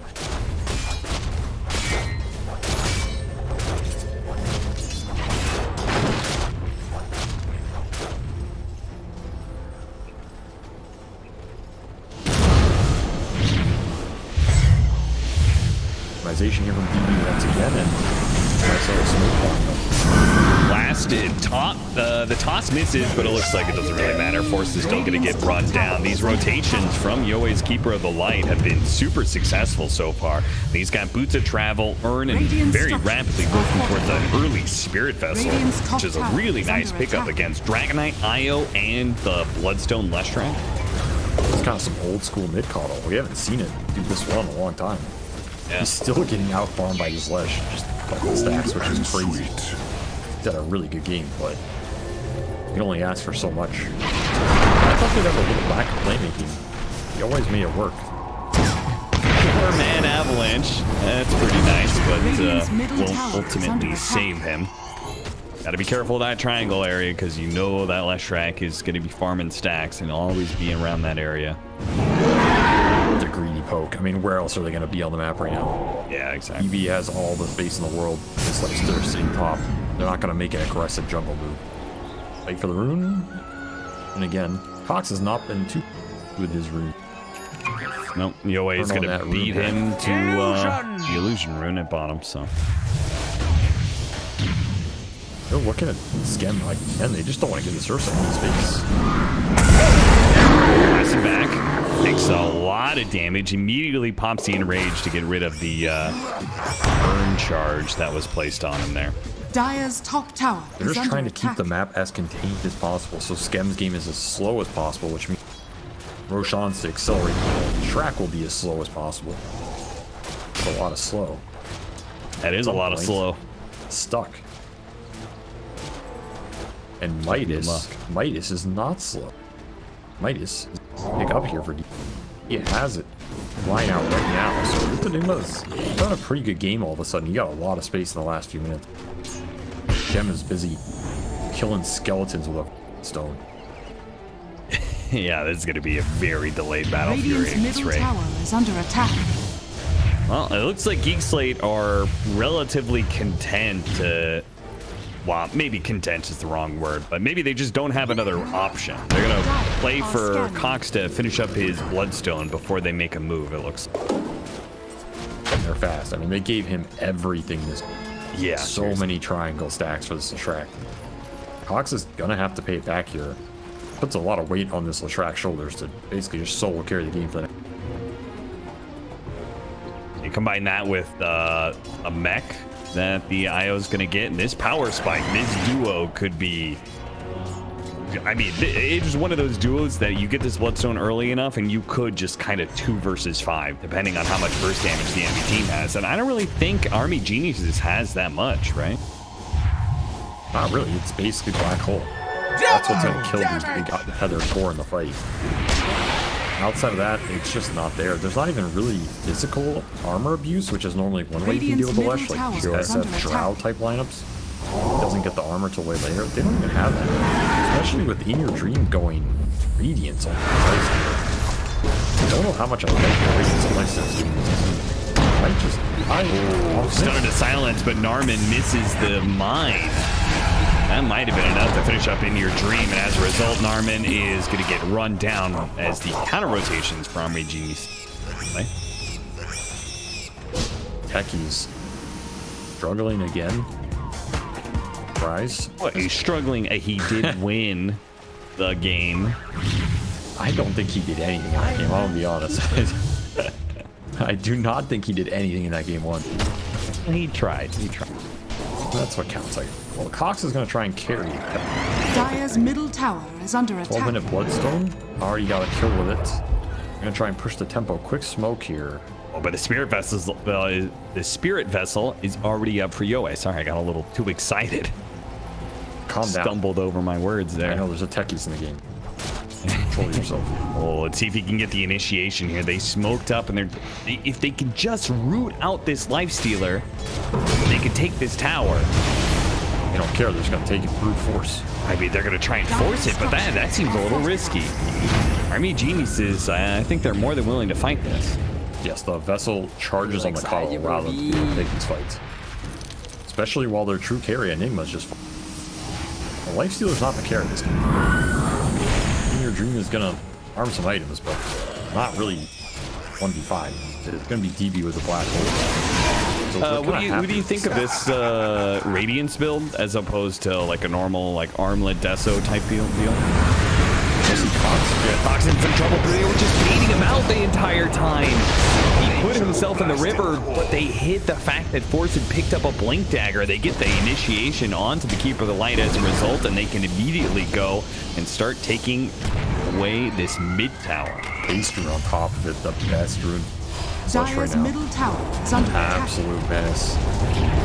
Beast, double aced here. Dire's middle tower has fallen. Use the Coddle. Cannot fight. Vessel's way too important. His damage in the fight is way too important. His outspam's way too important. Kind of is all of his early magic damage. Even the Turbine. Pretty valuable here when you're looking at Gyro Tiny. I was mentioning this Radiance on Lifestealer. I don't really like it this game. I don't think it's the type of well you want this Lifestealer. Because I don't think the long fights are ever beneficial to you in this game. I think you want the fight to be Lesh or Ursa get Black Hold, you kill them, and then you take the 5 on. Relocate into the silence is the cool play, but he missed the silence. He didn't do it fast enough. That was a guaranteed kill on the carry, but NARMAN a little bit slow on using that blast off. Maybe blast off's just Dire's top tower is under attack. No. Radiant's middle tower is under attack. Dire's NARMAN's really disappointing me, man. Not living up to your tech beast. Yeah, where's Zayat's at? Where's Radiant's middle Zayat? tower is under attack. There's a reason he doesn't play that hero too much either. Army Genius is off the TP out from the Lifestealer. They say, screw top lane. We'll just take mid. And they're going to take it for free. Radiant's No middle contest tower has from fallen. Geek Slate. I think Skem has his full battle fear coming out, so he kind of recovered in this window. pressure, again, the mid-game playmaking is just not really there for this AG lineup. It's kind of hard to stop him getting there eventually. Now he's just gonna start to outscale your lifestealer. And his Radiance build does not really do much reserve because he doesn't care about it. He just keeps hitting them. Another failed go here. NARMAN techies. Yeah, it's happening a lot now. I'm telling you, this hero is really hard to execute. I mean, I don't know if he should be that bad, but they will get Roche off it. It will. Benefit Radiant's from the middle tower that is under Aegis goes to attack. Lesh, so this is your 15 to 20 minute window where ain't nobody touching this guy. Black hole or not, you can't black hole him twice. It is true. Gonna be a long time before DB could get that kind of firepower. But he is already working on that BKB, and they are starting to go on Skem. He immediately pots the Enrage to get rid of the Malphus. I'm surprised. Blink Dagger from Jhocam, though, is here. Skem's got to get out. DB has a blink already. Could have just hold him there, but maybe worried about where this IOS is. Radiant's Still, you're not bottom going to get many tower is opportunities to under use this attack. black hole because, of course, you can't really black hole the Shrek right now. He's just too good. Now I he's mean, running. Bloodstone is too good, too. Radiant's turret Probably just listen. Oh, nice toss together. Radiant's bottom Done tower well. It's is going to take under a lot of attack. damage. Probably just get bursted down. Yep, there goes the blast from Yowe. But Yowe is going to be slowed down. They manage to hit him with the Sun. Force can follow it up with another Dragon Tail. They try and toss the last Dragon away. Same situation. On it too. The turnaround here again. Immediately comes back out of the infest. Lays into Kokz. What a hit from DB. Now they do. Oh, Jhocam. Managing to toss back on the Skem. While the Leshrac is still reviving. Look at Skem die. Holy crap. And this Bloodstone is going to have to do some heavy lifting, but the Spirit Vessel, it's doing even more lifting as Yowe completely counters the mid Leshrac. That is a team wipe +1. God, the team fight from this team is just sick sometimes. Like, Radiant's bottom they- tower is under attack. Invisibility.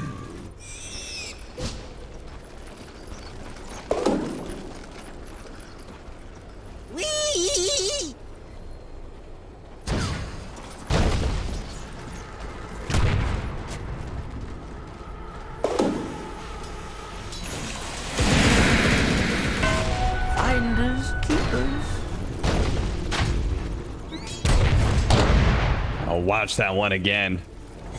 I thought for sure this Coddle was going to die, but the Infest and the Black Hole comboed up together at just perfect times. And again, that Spirit Vessel just ruins Kokz. He dies here with the Aegis. The second time he comes back with a Bloodstone, he can't do much there either. All because of the Spirit Vessel. I like how they stopped that as Skem got thrown. Like, we don't need to see this. That's okay. Yeah. We know what happens. Skem's having a bad enough game. We don't need to rub it in. Yeah, that was a fight for AG. Because now you got rid of this Aegis window. I think they got nothing out of it.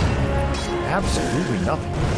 And now that next fight, you're gonna probably have BKB on Enigma. There is Radiant's no BKB top hole tower is cancel. under attack. That is the power of this last pick. Yeah, You they're can reload save it, but the reload save is pretty hard, right? There's a lot of other interrupts and stuns. Finding light. Oh, okay. Yep, that is Texas. Radiant's top tower is under attack. I think like I'm slowly convincing you of Hero's worthlessness. I mean, I feel like NARMAN's doing more convincing than you are, but No, it's just how the hero spells. Like, you have time to react to his jump. yeah, but It's just not a good stun. What's the point of them having Dragon Knight, right? They have a blink stun. That's a Dragon Tail too. He's not supposed to be initiating in the first place. They have Missile. dude. This shard is broken. Homing missile shard is Radiant's bottom insane. tower is under It attack. is really good. It's really good with Solar Bind. Oh yeah, that's a good Magic point. Amp. They can't run away. Pretty obnoxious. But yeah, this is the gyro. Radiant's This is the bottom 5 gyros tower is under right attack. here. This one spell Radiant build is all structures mine. are fortified. Now he gets to just frontline and build some utility. Man, AG just Dire's outplaying. top tower is under attack. Taking a work. Now they have a halberd on this lifestealer. He has a lot of evasion. Yeah, that like window where the enemy carry has radiance but not the second item. You know, that sometimes can be a scary time where, you know, that hero can still be bursted down. Radiant's right initiation, but under then attack. it's got the halberd like you're talking about, and building into I don't know what because he has a second halberd queued up. Second halberd. It could be. Got two hands. How broken would Dota be if you could buy multiple activatable items? Same Dire's time. top tower is under Quad attack. Hex. Whole team is a sheep. You remember, do you know back in Dota 1 they did, there was a attack. limit on items? You could only buy like 2 necro books on a team because it was considered broken. Have like 5 necro books on one. It was broken to have 1 necro book. That's the, well, apparently Valve agreed. They decided to get rid of the necro book entirely. I mean, double items, they just don't work into too broken. They're bracers. Allowed 6 of them. I think Geek Slate have to back. go late here. Army Geniuses are going to force another fight. They have Black Hole up with the BKB.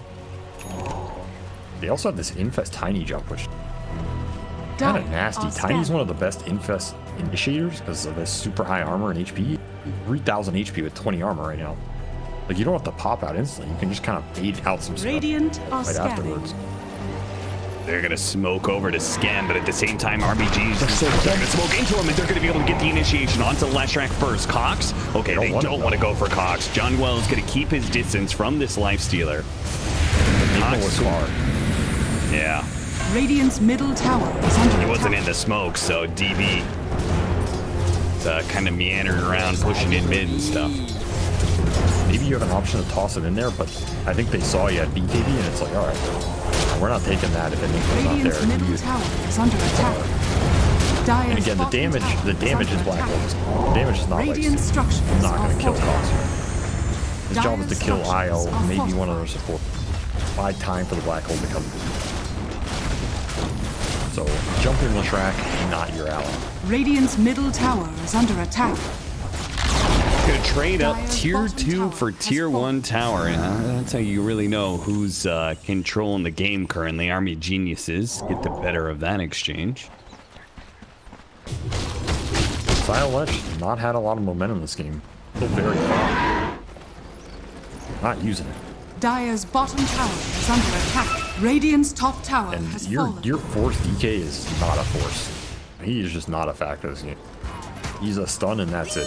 There's no scale here. There's no duration of item progression. You're gonna be down a core. That's a big factor. There's a lineup that can black hole one of your other two. Traditionally versus these big black hole all-in Radiant's top lineups, you want tower a is lot of under cores to be attack. high damage threats because it makes DB life hard and choosing who he wants. Well, I'll take that. this game's kind of making it easy. Just black holes the Ursa or the Lesh. You're probably happy with either as long as you can stop the reload save. Skem is so close to a BKB. Radiant's top tower Gonna is show under himself attack. on one more wave, clear it out, link back, probably TP away. Jhocam, oh, he already used the Oh no, the pie popped out at the end. That's why. Why did you do it in your dream? And meanwhile, the gyrocopter might get picked off or not. Man, black hole easily set up. Now force. Yeah, he's dead. Couldn't even kill the gyrocopter. I'm not gonna say it. I'm not even gonna say it. Not gonna say it. We know why they couldn't. I'm not gonna say it. Go for my master. Alright, BKB's almost done for Skem. He's almost got that going for him. A couple more items on it. Yeah, he needs full out basher. Maybe he needs Abyssal Blade just to have a chance to kill the Enigma. I think he can carry this team if they get next Roche. Stop Enigma getting to double black hole timing. Like, this is still a really good Ursa team if he gets to the items, but he has to get to. He kind of needs Abyssal and MKB, and then he's really scary. because then he will just shred the Lifestealer. Bash Abyssal through the Rage. Don't really have a counterplay here. Guaranteed jump. That's good. BKB in time for second Roshan. Like if Geek Slate are going to turn this game around, it's got to be through this fight right here. This is a huge fight, and you don't have Black Hole for it. Maybe you felt good about Black Holing this 2 before, but you don't feel good about it right now because you're paying the bigger price. Good Eidolon sitting in the pit, gets a decent amount of vision. Jhocam's gonna get caught though, trying to get the Lord control. A 2-man stun in the back from NARMAN. Both gonna toss together. Looks like Jhocam is gonna be able to put them together, but not quite enough to be able to finish up Skem. John Well though, who had to bail out Skem, does end up falling. BKB goes down from DB. Kokz unable to land that stun. IO relocate coming back into play. He's immediately gonna be stunned up. Spirit Vessel on him. He needs some help, but he's just gonna die again. Kokz is unable to do enough damage to finish off these cores. He'll run down Jhocam. That's no problem. So that's going to be a dieback for him. TP out. Malphite not there in time for DB. So Geek Slate, will you lose another engagement here? In fact, Skem almost getting caught up to by In Your Dream. Army Geniuses, looks like the second Roshan is going to be theirs as well. Man, that's a fight without Black. And your Initiator got jumped on the 9th. And you lost half off on the 2. And Force not having to melts. Your techies gets pretty much nothing done. Yeah, you lose Roche without Black Hole, that is not a good sign. And EC also done for your dream. The Ursa did not, like, couldn't, I guess, fight. Like, he just ran away from the lifesteal. Yeah, which I feel like you have to kind of just fight it. I don't know. Yeah, I think so too. Maybe it doesn't work out. You're not going to win the fight if you don't fight that, and then you're just giving up Roche. Because then either they win the fight or Black Hole comes back up. I mean, that's your window, right? Yeah. I don't know. Maybe you just trump your man fighting with ults. I mean, maybe he only wants to take that fight if he has Basher. I'm not sure if he was like halberded during that time or what, but we'll get halberded. It's also a Dire Outpost fight where Jhocam bought back, so maybe the call is, hey, tiny bot, let's get out. Yeah, that's true. Tower was under attack. It's just tough. No easy calls in this game. That noise is so weird. Yo, what the hell is that? Spooky spirits. Nice pick off. Dire structures are fortified. Radiant's that's a big kill. Is under attack. Army Geniuses are still going to go high ground without their tiny. Radiant's top tower. They do have the Aegis, but this is a bold move for sure. And they're just going to force some heroes back. Okay, now they're going to back up. Is under attack. Benefit of Rage Lifesteal this game. Can't jump him. Never going to die, and you don't have the beacon. Look at Force. He's setting up. He wants to play around this ward and maybe get some sort of blink stun into relocate follow-up. Which a kill on Yowe would be really good for that. They're paying it out though, they know. Trap has been set. Keep in mind, Yowe did go this Hex, and this Hex is super powerful on Coddle with the increase. Radiant's top tower is under attack. Makes Skem's life harder. He does have the Basher now. Okay. Kind of like a third of the puzzle here between that Abyssal and Dire's bottom tower is under attack. I mean, he's still kind of hard. That's the weird part. His net worth is not terrible. It's just Force has been removed from the equation and can't latch people that easily. They don't have any stuns between their support duo. So if the cores are not overwhelmingly stronger, IO can't just man up with them and run in. It's just... Yeah, half the net worth difference that Army Geniuses have comes from the difference between our Dragonite and the Enigma.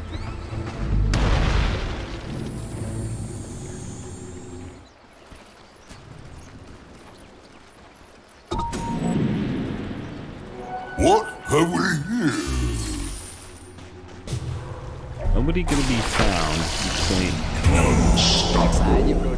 And just hang out while NARMAN gets picked off.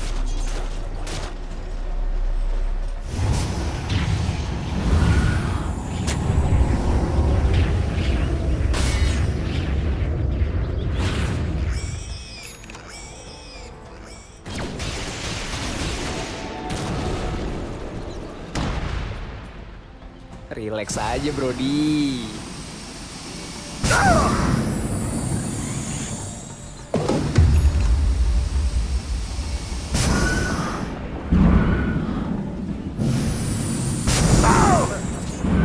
Yeah, Wind Waker or Dire's top E-Blade. tower is under attack. Radiant's bottom tower is under attack. It's a tough puzzle. High ground again. Life Stealer just chopping away at these tier 3s. A minute and a half left on Aegis, so this is probably go time. Even as Probably Elven time to tunic. keep going. Radiant's bottom That's barracks are under 43% attack. evasion. Radiant's Plus coddle structures heals, plus are a blinding light. Okay, If you don't win the fight, long you lose. wraparound. Dire's top Oh, this is tower nice. This is under super attack. nice. You want to find See if they Enigma can here. get the right kind of initiation. Let's see if they can find the Enigma first. The Enigma hidden in the trees. Smoke's gonna pop. Can't find See him. Oh, they see they got the side device on him first, and they got the initiation on the tech. The straight up black hole, one man black hole, no problem. Really nicely positioned. DB hidden behind the trees. He could have just been sitting in the back, but he knew the only way we lose this fight is if they initiate on me first. Oh, nice toss back. Catches Force a 3-man avalanche too. They bought back on the techies, but Force is already dead, and now Skem's gonna buy back as well. They desperately need to be able to punish this Life Stealer. 25 seconds left on the Aegis though. Oh, and a 4-staff toss back. Beautifully placed by Jhocam. That was sick. Now you're just out of mana unless you're. Yeah, he knows to keep going. He's got a BKB. Number Cave helps him out there. Let's see if they can catch up. Okay, Skem. Another toss back saves Yowe. Oh my god, Jhocam, you gotta stop this. The tiny airline. Geek Slate. Avalanche stopping the Dragonite initiation too. They're just gonna get Varizh of a 5-position gyrocopter. That's not good enough. Skem gets tossed in. Oh my Gets god, hexed. Force is dead again. Tossed in with the hex. Jhocam. Gotta be careful though. Okay, nice. Got the stun onto Yowe, but they actually just are not focusing one hero down at a time. The Life Stealer pops Skem out to be is able to so switch off. deep. Now the boots of travel. There's still got Invis room. Jhocam got the Invis.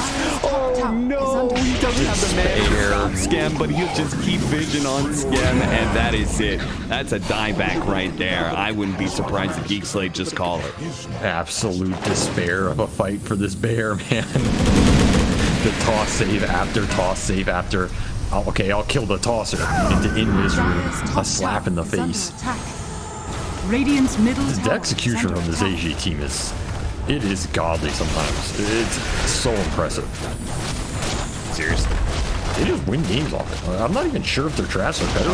Their drafts are fine. It's just my point is I feel like they could have anything and they might just outplay you. It's scary. Radiant's middle barracks are under attack. Radiant's Team is good, and they're gonna take full out Megas. Geek Slate. I mean, this is their opening series. They really do not want to give this one up, but they may just have to here. Oh, there's the Green Man. It's over. It's over. It's all over. Just show the mercy. Throw the towel. Just stop giving this man highlights. It's too much for one day. Dear God.